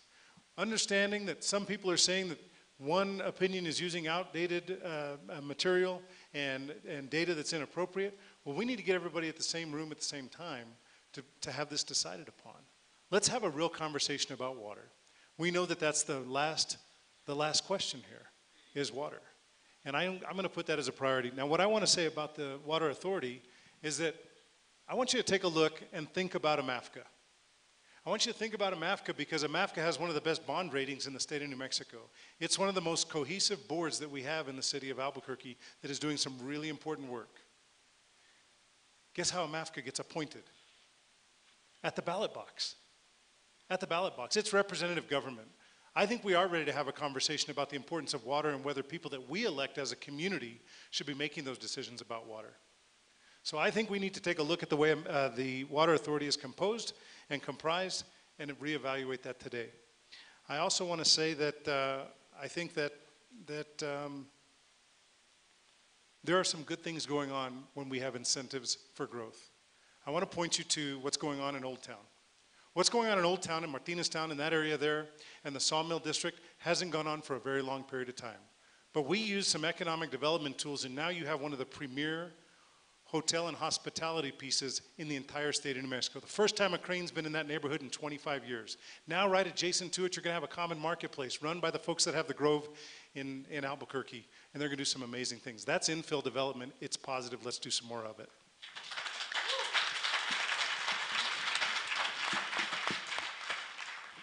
I can't stop clapping to stand up and talk. I absolutely agree with Brian, particularly his reference to the infill development that's going on in the Sawmill District. It's absolutely terrific. This neighborhood hasn't seen it in a long time. But let me back up. MAFCA, I also agree with him on, and others on the panel, that we must take another look at MAFCA, but we also have to educate ourselves before we go to the ballot box. I don't have a particular opinion on that. I listen and I talk about it, and I'm not sure which way we should go, but I agree with Tim that the mayor has a place on the board, and the mayor must use her vote with a great deal of knowledge and insight as they attend the whole process. But I want to get back to Santolina. I am completely opposed to Santolina, and on my behalf you can also say land swap. Land swap, thank you. The folks that own what would be Santolina do deserve to be compensated.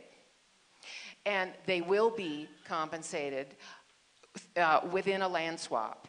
Water is a concern, but other things are as well. And of course we have to be very careful about water. Also conservation and sustainability.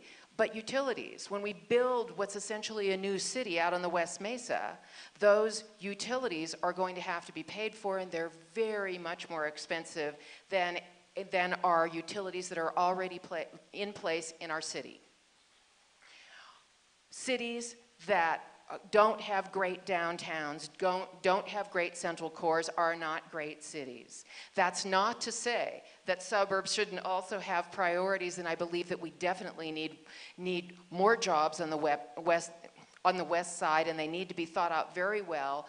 That's where the new comprehensive plan and the zoning code comes in. Please participate in that process. Thank you.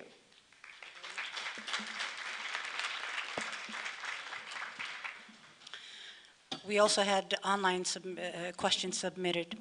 Here's a question. Women, people of color, and low-wage workers are disproportionately impacted by the lack of paid sick leave in their place of employment. We are concerned that the opponents of the Healthy Workforce Ordinance are spreading lies about the proposal. For example, they say it prohibits an employer from firing an employee who uses earned sick time for 90 days, when in fact it has no such prohibition. It simply requires an employer to give a cause for termination if the termination is challenged. We believe that voters have the right to know the truth and make an informed decision about their vote. If we discount the inaccurate mistruths about the ordinance, do you support the proposed law's most basic requirement that employers allow employees to earn 1 hour of paid sick leave, paid sick time for every 30 hours they work, and allow employees to use up to 5 or 7 days of sick time per year, depending on the size of their employer?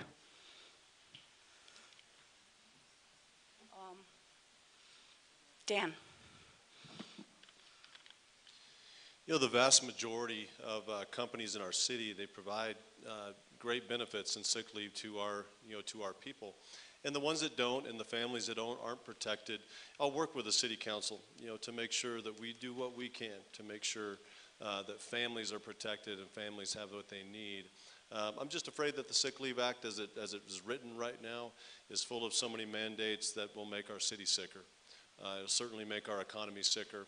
And it's full of mandated, policies and regulations that will not help small businesses. And, we can go tell small businesses to go create jobs, but the fact is, they create jobs when they have the opportunities to be able to, to expand, and when they don't have the kind of incredible burdens that are put on them, by government regulations. And so I do oppose it. I think there's a better way to do it.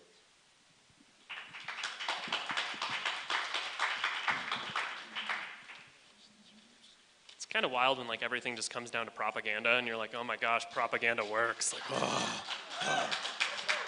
And as we come up towards October 3rd, I apologize for all the propaganda on behalf of all of us. Hope mine comes out on top. Just for me, it comes down to a simple issue. I'm for sick leave. That's the baseline here. I'm close to those hourly jobs.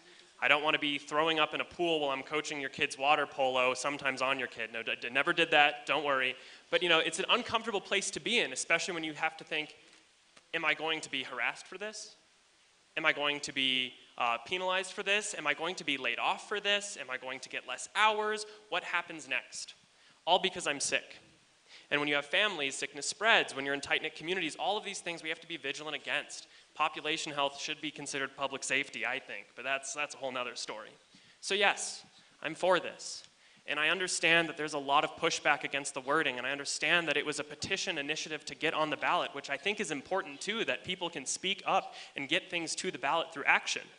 I also think that there was a city hall that ignored all of this and now let this propaganda war ensue, instead of us coming together and saying, I hope we all believe in sick leave. I hope we know that this doesn't have to be an adversarial conversation and we can do it right. And I hope we can move forward with that as a baseline ethics. Because if we don't, then we're never actually going to come together. So this is on the ballot. And this comes up to us all the time about what we can and can't do and how we feel about it. But it's already your vote. It's already on the ballot for you. And it's your choice. I hope you choose to side with communities that have been marginalized, that have been oppressed through these regulations that have never been in place for them, so that the fact that they might lose jobs. And I hope you do look into this, and I hope you make sure that you engage processes move forward and look towards a city hall that engages all communities effective and puts together bulletproof legislation so we don't have to do this again. But that being said, I'm going to be voting yes.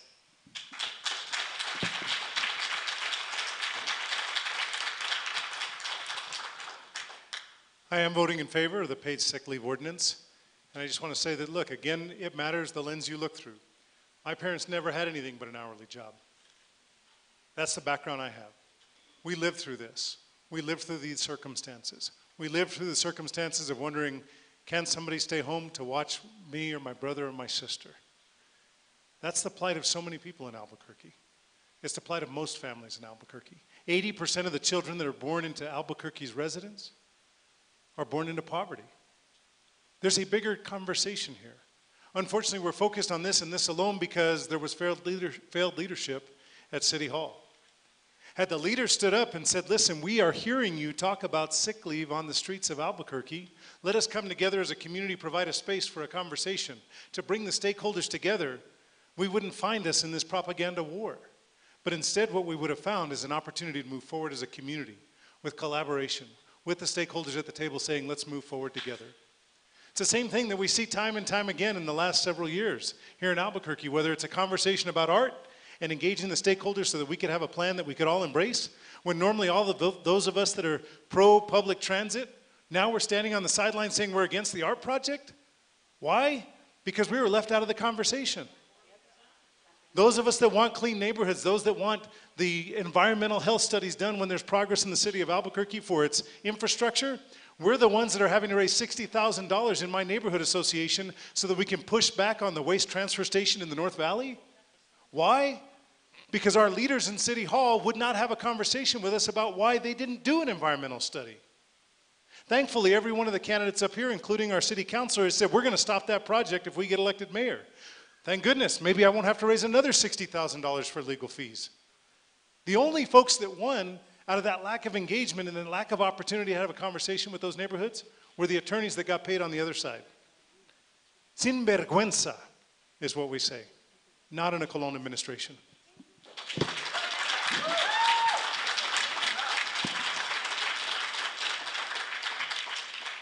I'm going to support the ordinance.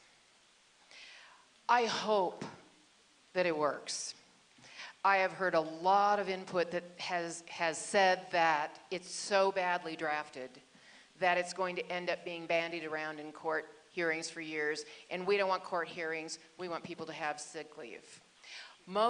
I agree with Councillor Lewis that most employers in Albuquerque already provide it. But there are deadbeat employers who do not. The kind of people that I worked for many, many years, when I was a minimum wage worker for a long, long time and was not paid for sick time off, and so I went to work sick and got even sicker and probably gave it to other people. So I can really relate to this one personally. I also eventually went on, though, to have my own small business where I had the option, wasn't mandated, that I allow my employees to accrue sick leave, and I did. I chose to do that. I made less money because of it, but I chose to do the right thing. So for those who would take that route of making their success on the backs of those who are the most vulnerable among us, I say that as a city, we must show the leadership and make sure that those folks are required to do so, but I'm not so sure about this ordinance. But I'm going to vote for it. Thank you.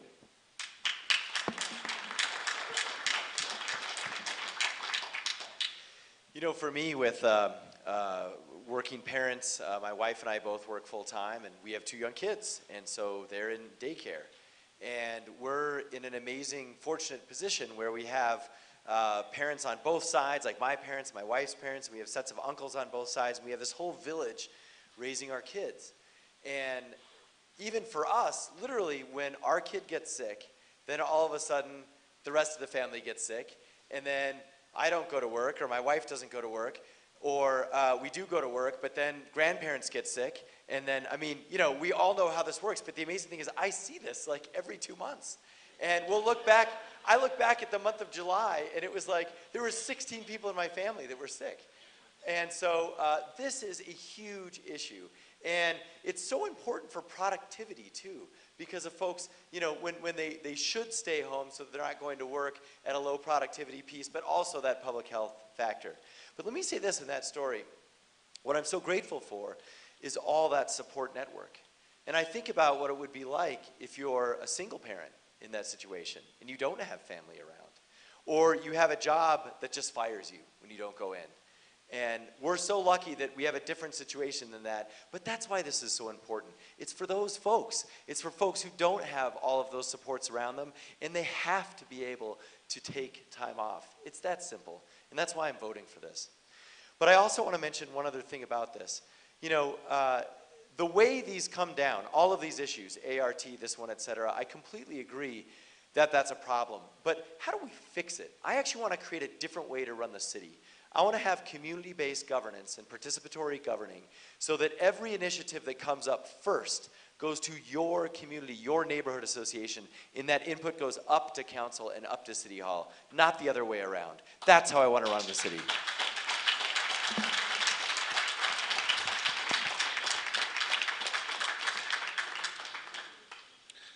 Our next question is, should Albuquerque be a sanctuary city? Should ICE agents be required to provide a valid judicial warrant to gain access to the Albuquerque Prisoner Transfer Station? And would you support obtaining legalization for DACA? Yes?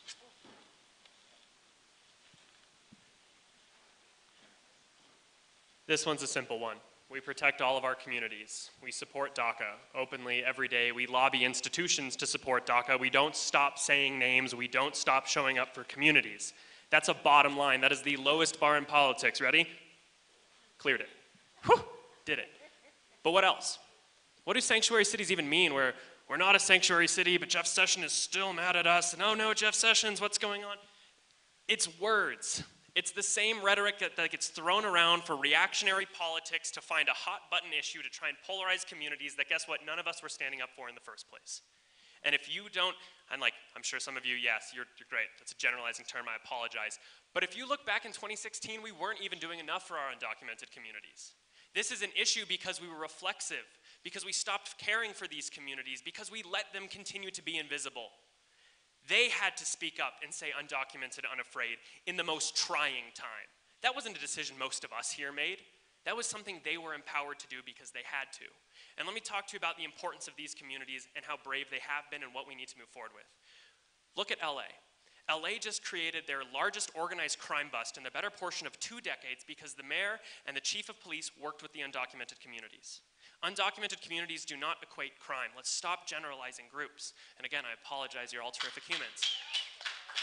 Furthermore, when we actually support these groups and we engage them and we create trust, then they can actually report oppressive and villainous, like borderline villainous people in our communities who are actually being the oppressors that we're trying to get out. This is so important. I don't care what we call it. I don't care what the name is anymore. I care about recognizing we didn't do enough. I care about making sure these groups are supported, and that means putting nonprofit organizations like New Mexico Dream Team in the public schools so they can access resources as a family where they already are, and through peer-to-peer representation. And we move forward actually saying we're better together.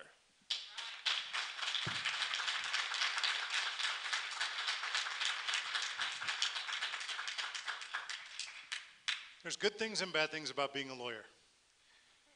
The bad thing is that I understand that words matter. And terms matter. And you have to have definition of terms. Unfortunately, we've got moving targets in the Trump administration. We don't know what a sanctuary city is.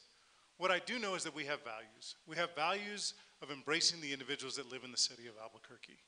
And I will not allow us to enter into conversations that have to do with fear-mongering and just hate-based dialogue. There is not a single study on the books that has any correlation between undocumented individuals and increases in crime. Not a single study. And I don't have to tell you folks that, because when I look around the room, I know who you are. I know what communities you've advocated for. So I know you already know this. So Sanctuary City, I don't know. What does that mean to Donald Trump and Jeff Sessions? Who knows? Who knows what it means when you say that this administration has a policy as it relates to DACA, because the president says so one day, and the next day the PIOs or the team for the president comes out and says, well, maybe he didn't mean that. Are you kidding me? Well, let me tell you who stands with me in this campaign. My mentees, the people who I actually sponsored so they could become individuals in this community that have DACA status. Because you know what? Places like the New Mexico Immigrant Law Center, they can process the paperwork, but they can't pay the fees for filing. You know how much those fees are to file? $540 if they haven't gone up lately. That might as well be $5,000 for those families. My wife is in the International District teaching those children. So we have stepped up and helped those young people so that they could afford to pay the filing fee so that they could have DACA status. In fact, I will tell you that tonight and last night at my event, I've got DACA students who I have mentored that are here with me tonight. And I couldn't be more proud to have them standing with me. For me, this is personal, and it matters. We will not let people in the city of Albuquerque be driven to the shadows and into the shadows of our city. Come on out.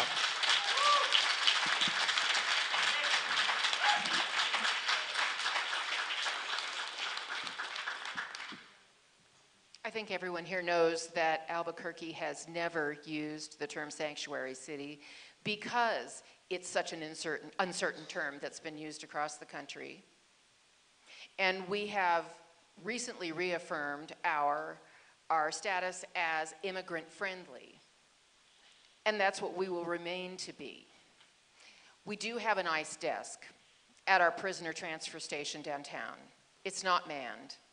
And under a Susan administration, that's what it will remain to be. I believe that those among us, and there are many who are undocumented in this country, and we really tend to think south of the border too, and I think we also have to get away from that. We have to get away from the thought that those who live here undocumented are criminal, and that those who live here undocumented are from anywhere south of the border of New Mexico and Mexico. They're from all parts of the country, and they are of great great value to our city. One of the people I've worked with the most at the art project. The many, many hours that I've put in over the 6 years at the art project, I just learned recently that he had to go away for a couple of months because he is DACA. He is a DACA young person, and now he's allowed to come back. They had to make him leave for 90 days or something. And so he lost his income during that period of time. That's crazy too. We have a convoluted system. But one thing I completely believe in is Article 5 of the NATO agreement, and this does apply. An assault on one of us is an assault on all of us. I believe we must commit ourselves as a city to standing up for anyone who would be taken away because of a crime that is only being undocumented in this city. I will stand up for that as your mayor.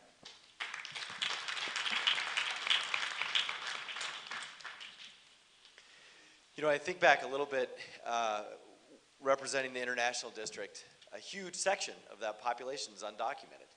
And I saw firsthand when we went through this, the second to last round of hatred, which was this driver's license bill. And I remember, literally, I would have a town hall that would have about this many people, and then that driver's license legislation came out. In the next town hall, half the room didn't show up. And it's because they were afraid. They were afraid of anyone who might affect their family in any way. And I was proud to stand up against that law every single step of the way. It is the only time in my public service career where I've had threats, where folks have called and they physically threatened me because I stood up for undocumented immigrants.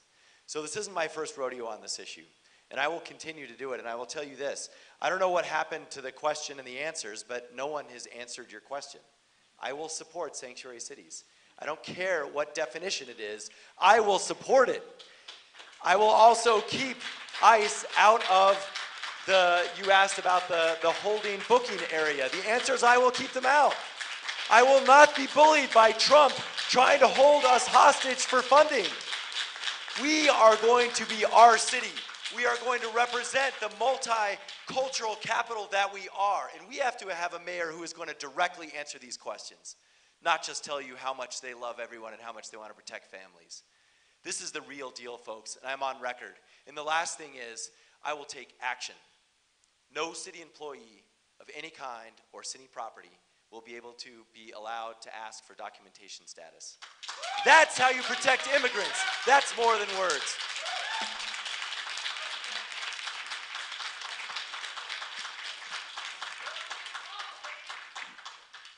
So no city employee is allowed currently, to ask about anybody's immigration status. So, and we have the city of Albuquerque by policy is not a sanctuary city.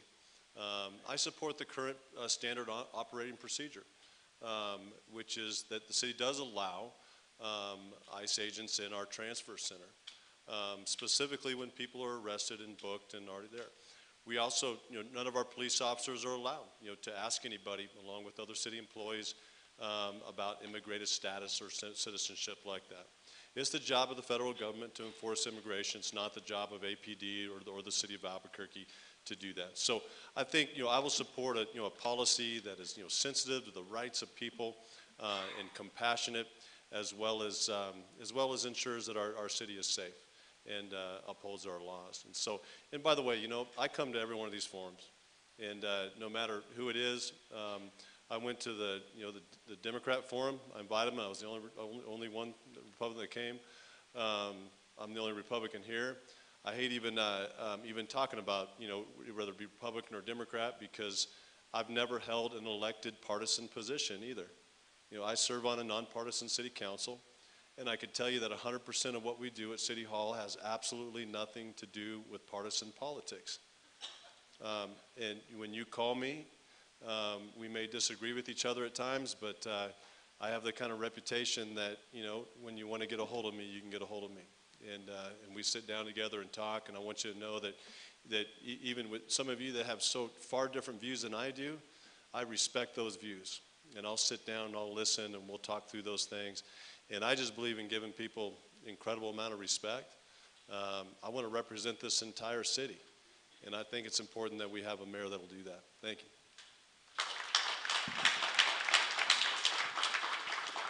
Thanks. These have been some very serious issues, and we have a couple more serious questions. And this is a rapid-fire question. It only needs one response, real quickly. This is a serious question to me since I'm a bookstore owner. Starting with Brian, what is the last book you read? Leaders Eat Last by Sinek, Simon Sinek.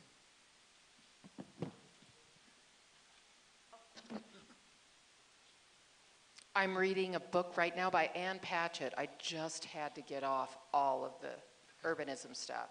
I'm reading a novel by Ann Patchett, and I can't even remember the title. I haven't read a book in 10 years. As most of you know, I'm dyslexic. I read at about a third grade level, but I listen to books voraciously, so I'm listening to the biography of RFK right now.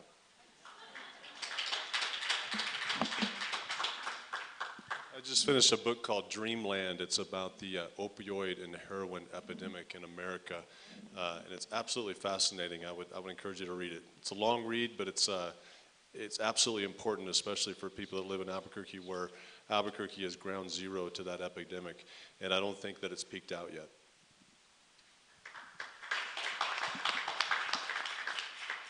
I read a book called Hillbilly Elegy. It's urban v. rural stuff.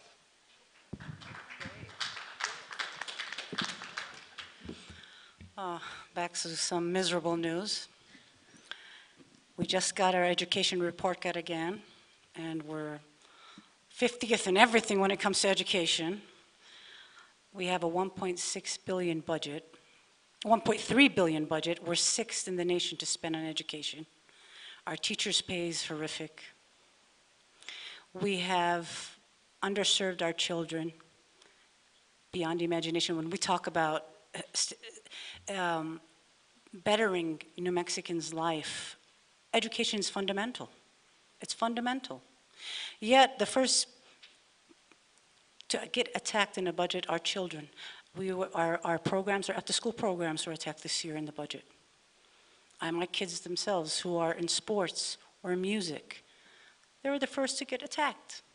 So the question is here, the budget would be an issue for you as a mayor. And dealing with the governor will be an issue with you. How will you deal with the governor? And how will you as a mayor seek funds for underfunded programs like after-school programs and to better educate, for better programs in education in general? What would you do to seek funding and resources for the community?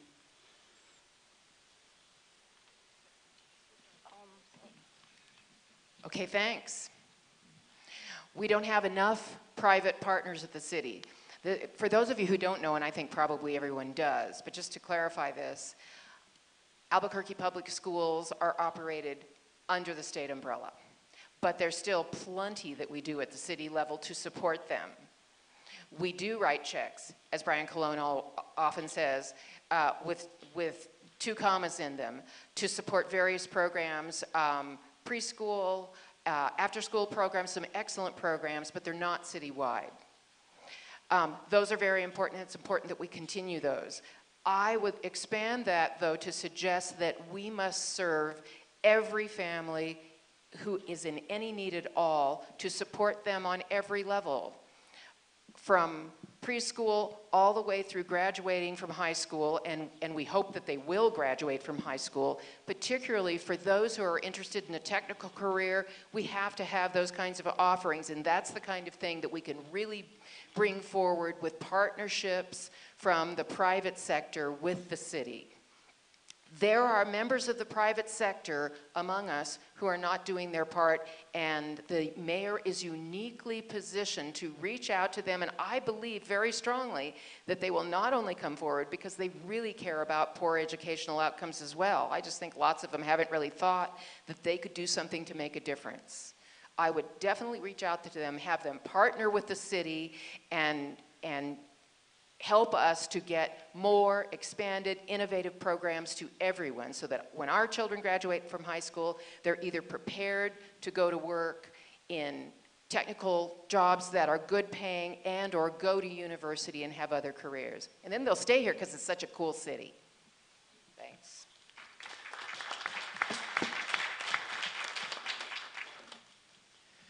Well, when I think about my time in the legislature fighting for teachers and for schools and for our kids, it was hard. It was really hard, especially under this governor. And I think of the near 100 bills that we tried that never passed or were vetoed. And so, you know, I also know that is the auditor's like the least favorite politician among politicians. So if you want somebody who the governor doesn't like, I'm your candidate. That is for sure. So here's the thing though, I really think at the city level, you know, yes, we've got to partner and we've got to collaborate and we've got to do everything we can up in Santa Fe, but I'm tired of waiting. I want to do something right now that the mayor can do on their own. And that's what I want to, why, it's a huge reason why I'm running for this position. Because I believe there's an opportunity in our city and in APS, and that opportunity is what our kids are doing after school and over the summer. We have these amazing programs, community school programs, but they only help about 20% of the kids in our town. I want Albuquerque to step up and make those opportunities available to every child in our city. We're talking about math and science support, but we're also talking about getting arts and music back in.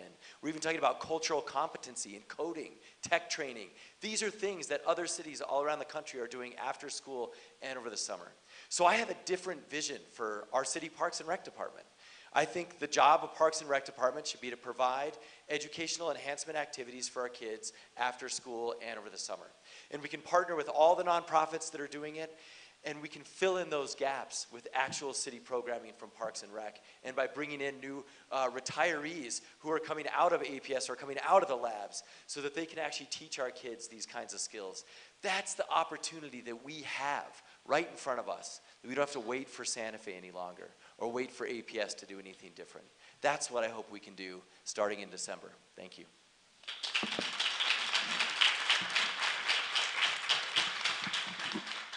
Well, I love community schools. I think it does great things, helped out a lot of kids. I love Head Start for Careers. I think it's a great idea to get kids into the career field.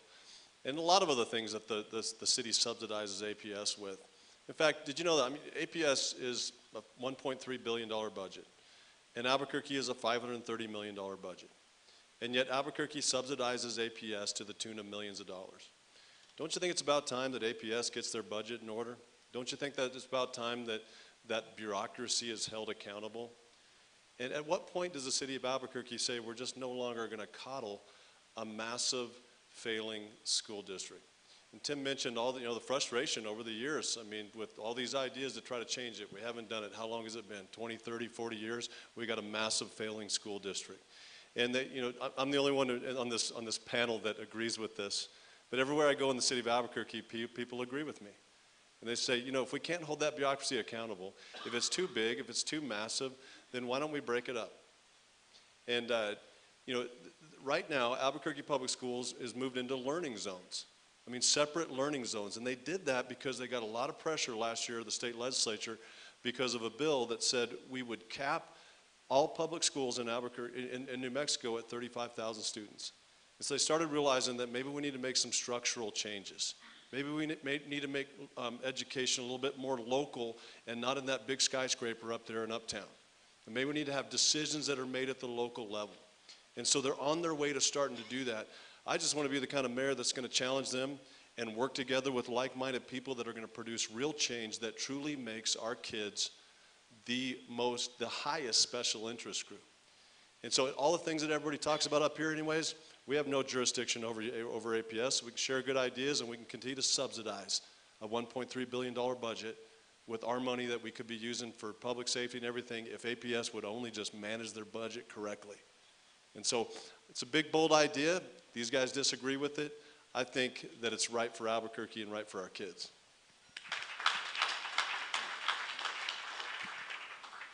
Hello, it's me, your token young person who actually went through the public schools. Still here.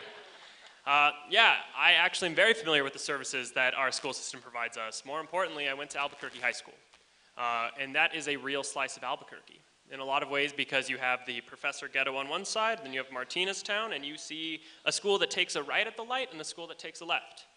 And that's a reality. The services are the same, but the way they're delivered and access is entirely different. So yes, I too believe in filling in the gaps of the academic calendar. I believe in cooperatives with nonprofits, but I also believe in making sure those resources are in the school. Because even if we put them in spots and we say that they're there, let me tell you how much of a privilege transportation is in our city. Please hear that so deeply within you. Because even in middle school, when I drove down Lomas, because the bus didn't go at a time where I could hop on it, I was getting transport in a way that so many others couldn't to get to those after-school programs that set me up with actual real skills.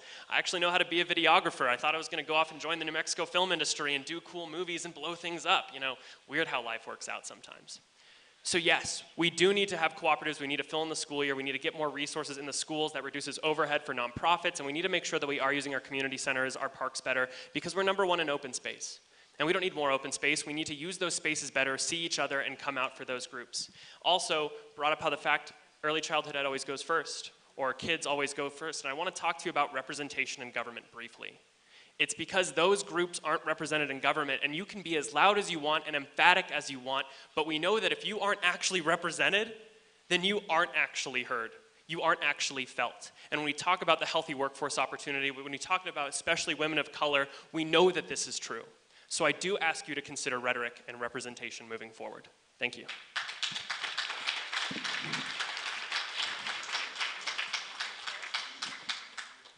Told my son Raphael, I said, you know, Gus is running against me for mayor. He said, yeah, I was in school with that guy. Gus is one of the smartest, most intelligent, most charming, incredible actors I've ever met. I said, son, wait. He said, what, Dad? I said, you realize you have to vote for me for mayor, right? He said, yeah, but Gus is a close second. And I got to say, you are so impressive, and I know that you inspired my son, and I appreciate that, and I appreciate your advocacy today, and you're exactly right with what you say about Martinez Town. Thank you very much. So let me talk about education and why I'm passionate about this. When I announced on January 25th, I said, look, we're going to make education a part of this mayor's race. And thankfully, every other campaign followed. Because I said, I know that I don't have statutory authority when it comes to APS, but we've got a moral obligation to those 84,000 residents of Albuquerque that are students at Albuquerque Public Schools. And we slide a check over, yes, every year at APS, and it's got 2 commas in it, yes. And it's enough is enough when it comes to saying, the mayor can raise his or her hands and say, not my sandbox. Go talk to the superintendent. Go talk to the school board. That's no longer acceptable. So for me, I'm going to have a CEO of the city, a chief education officer to be the direct conduit to make sure that we're holding APS accountable, to make sure that we're collaborating and leveraging everything we can with CNM, with the University of New Mexico, with the labs, so that we can provide the best education possible. Not as part of a bigger portfolio. Because yes, I know mayors have had people that help on education as one of 10 items in their portfolio. The CEO's sole responsibility is going to be having outcomes when it comes to education. Now, when we talked about the school system and cutting the programs that you talked about, Ms. Assad, guess what I did? I went and met with the superintendent. I'm busy running for mayor, but I stopped and said, those after-school programs, those sports programs are important enough, we're taking a break. Went and met with her, took an entrepreneur with me and said, we're going to save these after-school sports programs. Either you find a way or we'll help you find a way with these people around this table. I didn't wait to become mayor to get involved in this issue. I've been involved in this issue for the last 10 years. Early childhood development through APS schools. I've been at the table. We're going to continue the conversation.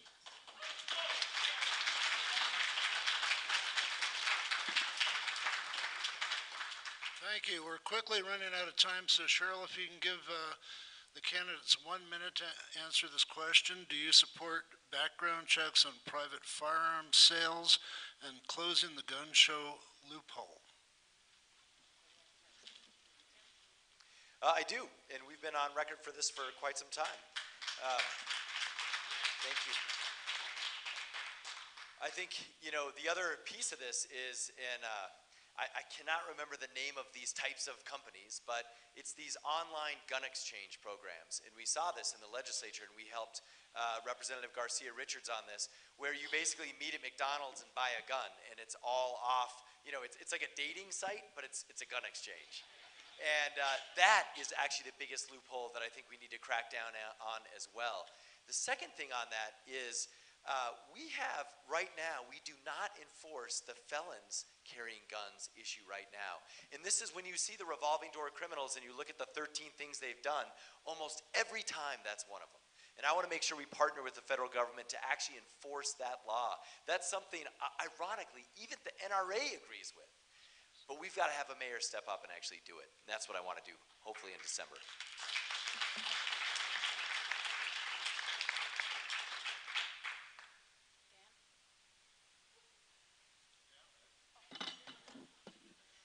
I don't support it. There's too many laws on the books right now that we don't enforce that would incredibly cut down on illegal guns that are in the hands of thugs. I can tell you this, the problem is not that issue. The problem is that we have thugs that get their hands on illegal guns, not by going to gun shows and not by, family members exchanging, guns and rifles that have been in their families for years. And so, there's a better way. There are other ways to do that. We need our federal government and our law enforcement to crack down, and also our judicial system to ensure that thugs that get caught with gun crimes, that they actually stay in jail. Right now, they don't stay in jail. They go to jail. It's a revolving door. They get back on their streets and they continue to commit crimes in our city. So, I have bumper stickers back here, by the way, and the first person that puts a bumper sticker on your car tonight, I'll take you out and I'll buy you some coffee tonight, so I'd be glad to visit with you. So.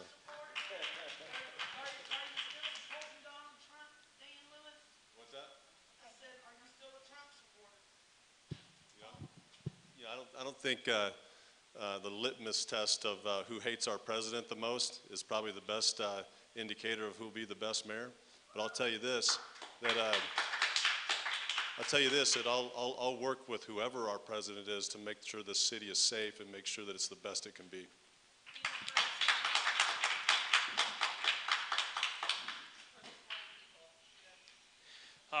This obviously is a very large issue with a lot of state issues and federal issues, but the quick answer is yes. This is really a yes or no question. Yes, yes. I want to go back to something else, though, because I don't need to drag you through the benign conversation behind it now that you know where I stand. I want to talk to you more about education because this is something I feel so passionately about. My economic development plan is also catered to creating better visible and accessible job markets around educational opportunity. And when you talk about the brain drain, you also have to see it as a nuanced way between two different parts of our city. The first one, when you're in high school, and there's the New Mexican attitude. That's a cultural change, and we have to be very strong in showing and speaking exactly what we're worth. I had no idea when I was in high school the labs I could have been a part of at UNM, and I was 5, 6, 7 blocks away. What does that mean for Rio Grande? Luckily, we do have art now.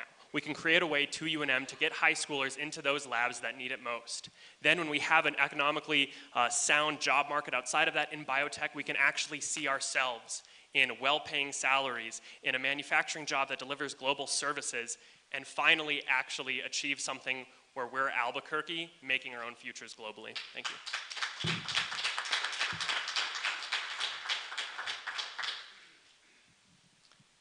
It is a yes or no question, yes and yes on both those issues. I've spent time visiting with our town leadership who has been in Albuquerque in the last 6 months. I spent time with Moms Demand Action. I'll continue that dialogue and do support those changes. I also want to say that I appreciate Dan's service. And I appreciate him coming tonight. What I don't appreciate is a lack of respect. He's a citizen of Albuquerque who's dedicated the last 7 years of his life to serving our community.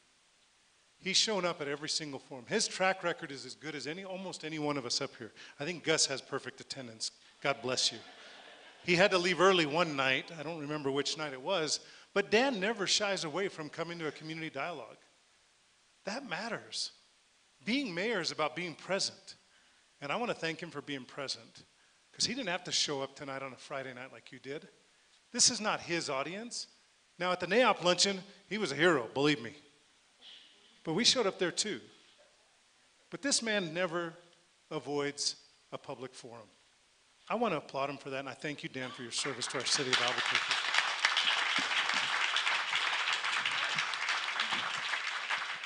And I want to thank Brian for bringing that up. And my answer is yes and yes. And we must enforce the laws we already have, and it's state, it's local, it's a great big issue, and for many, many years, you're the first audience I've ever said this to, but all my friends know it.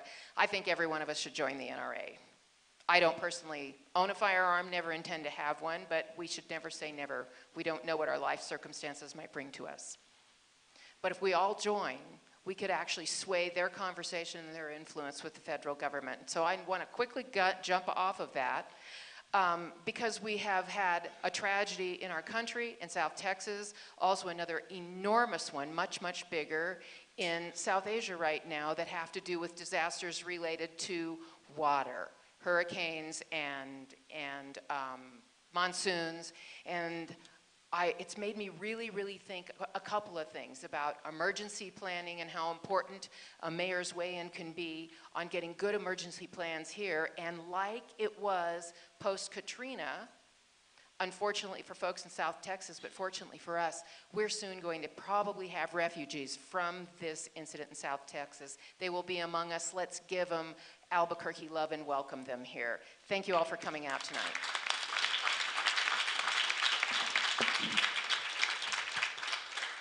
I wish I had another hour to ask you more questions, but we promised the center would be out by 8.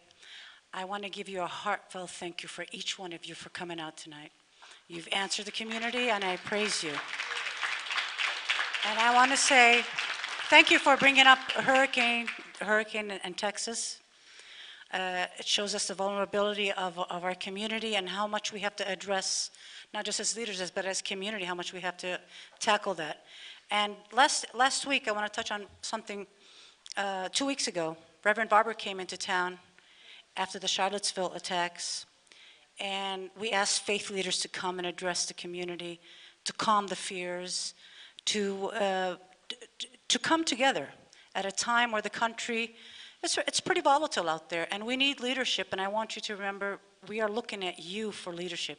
Any one of you that wins this seat, we hope that we find a leader that's compassionate and combats hate and racism. And I'm fully confident each one of you will be able to tackle that. Thank you so much. Thank you, every one of you. On behalf of the Peace Center, thank you so much.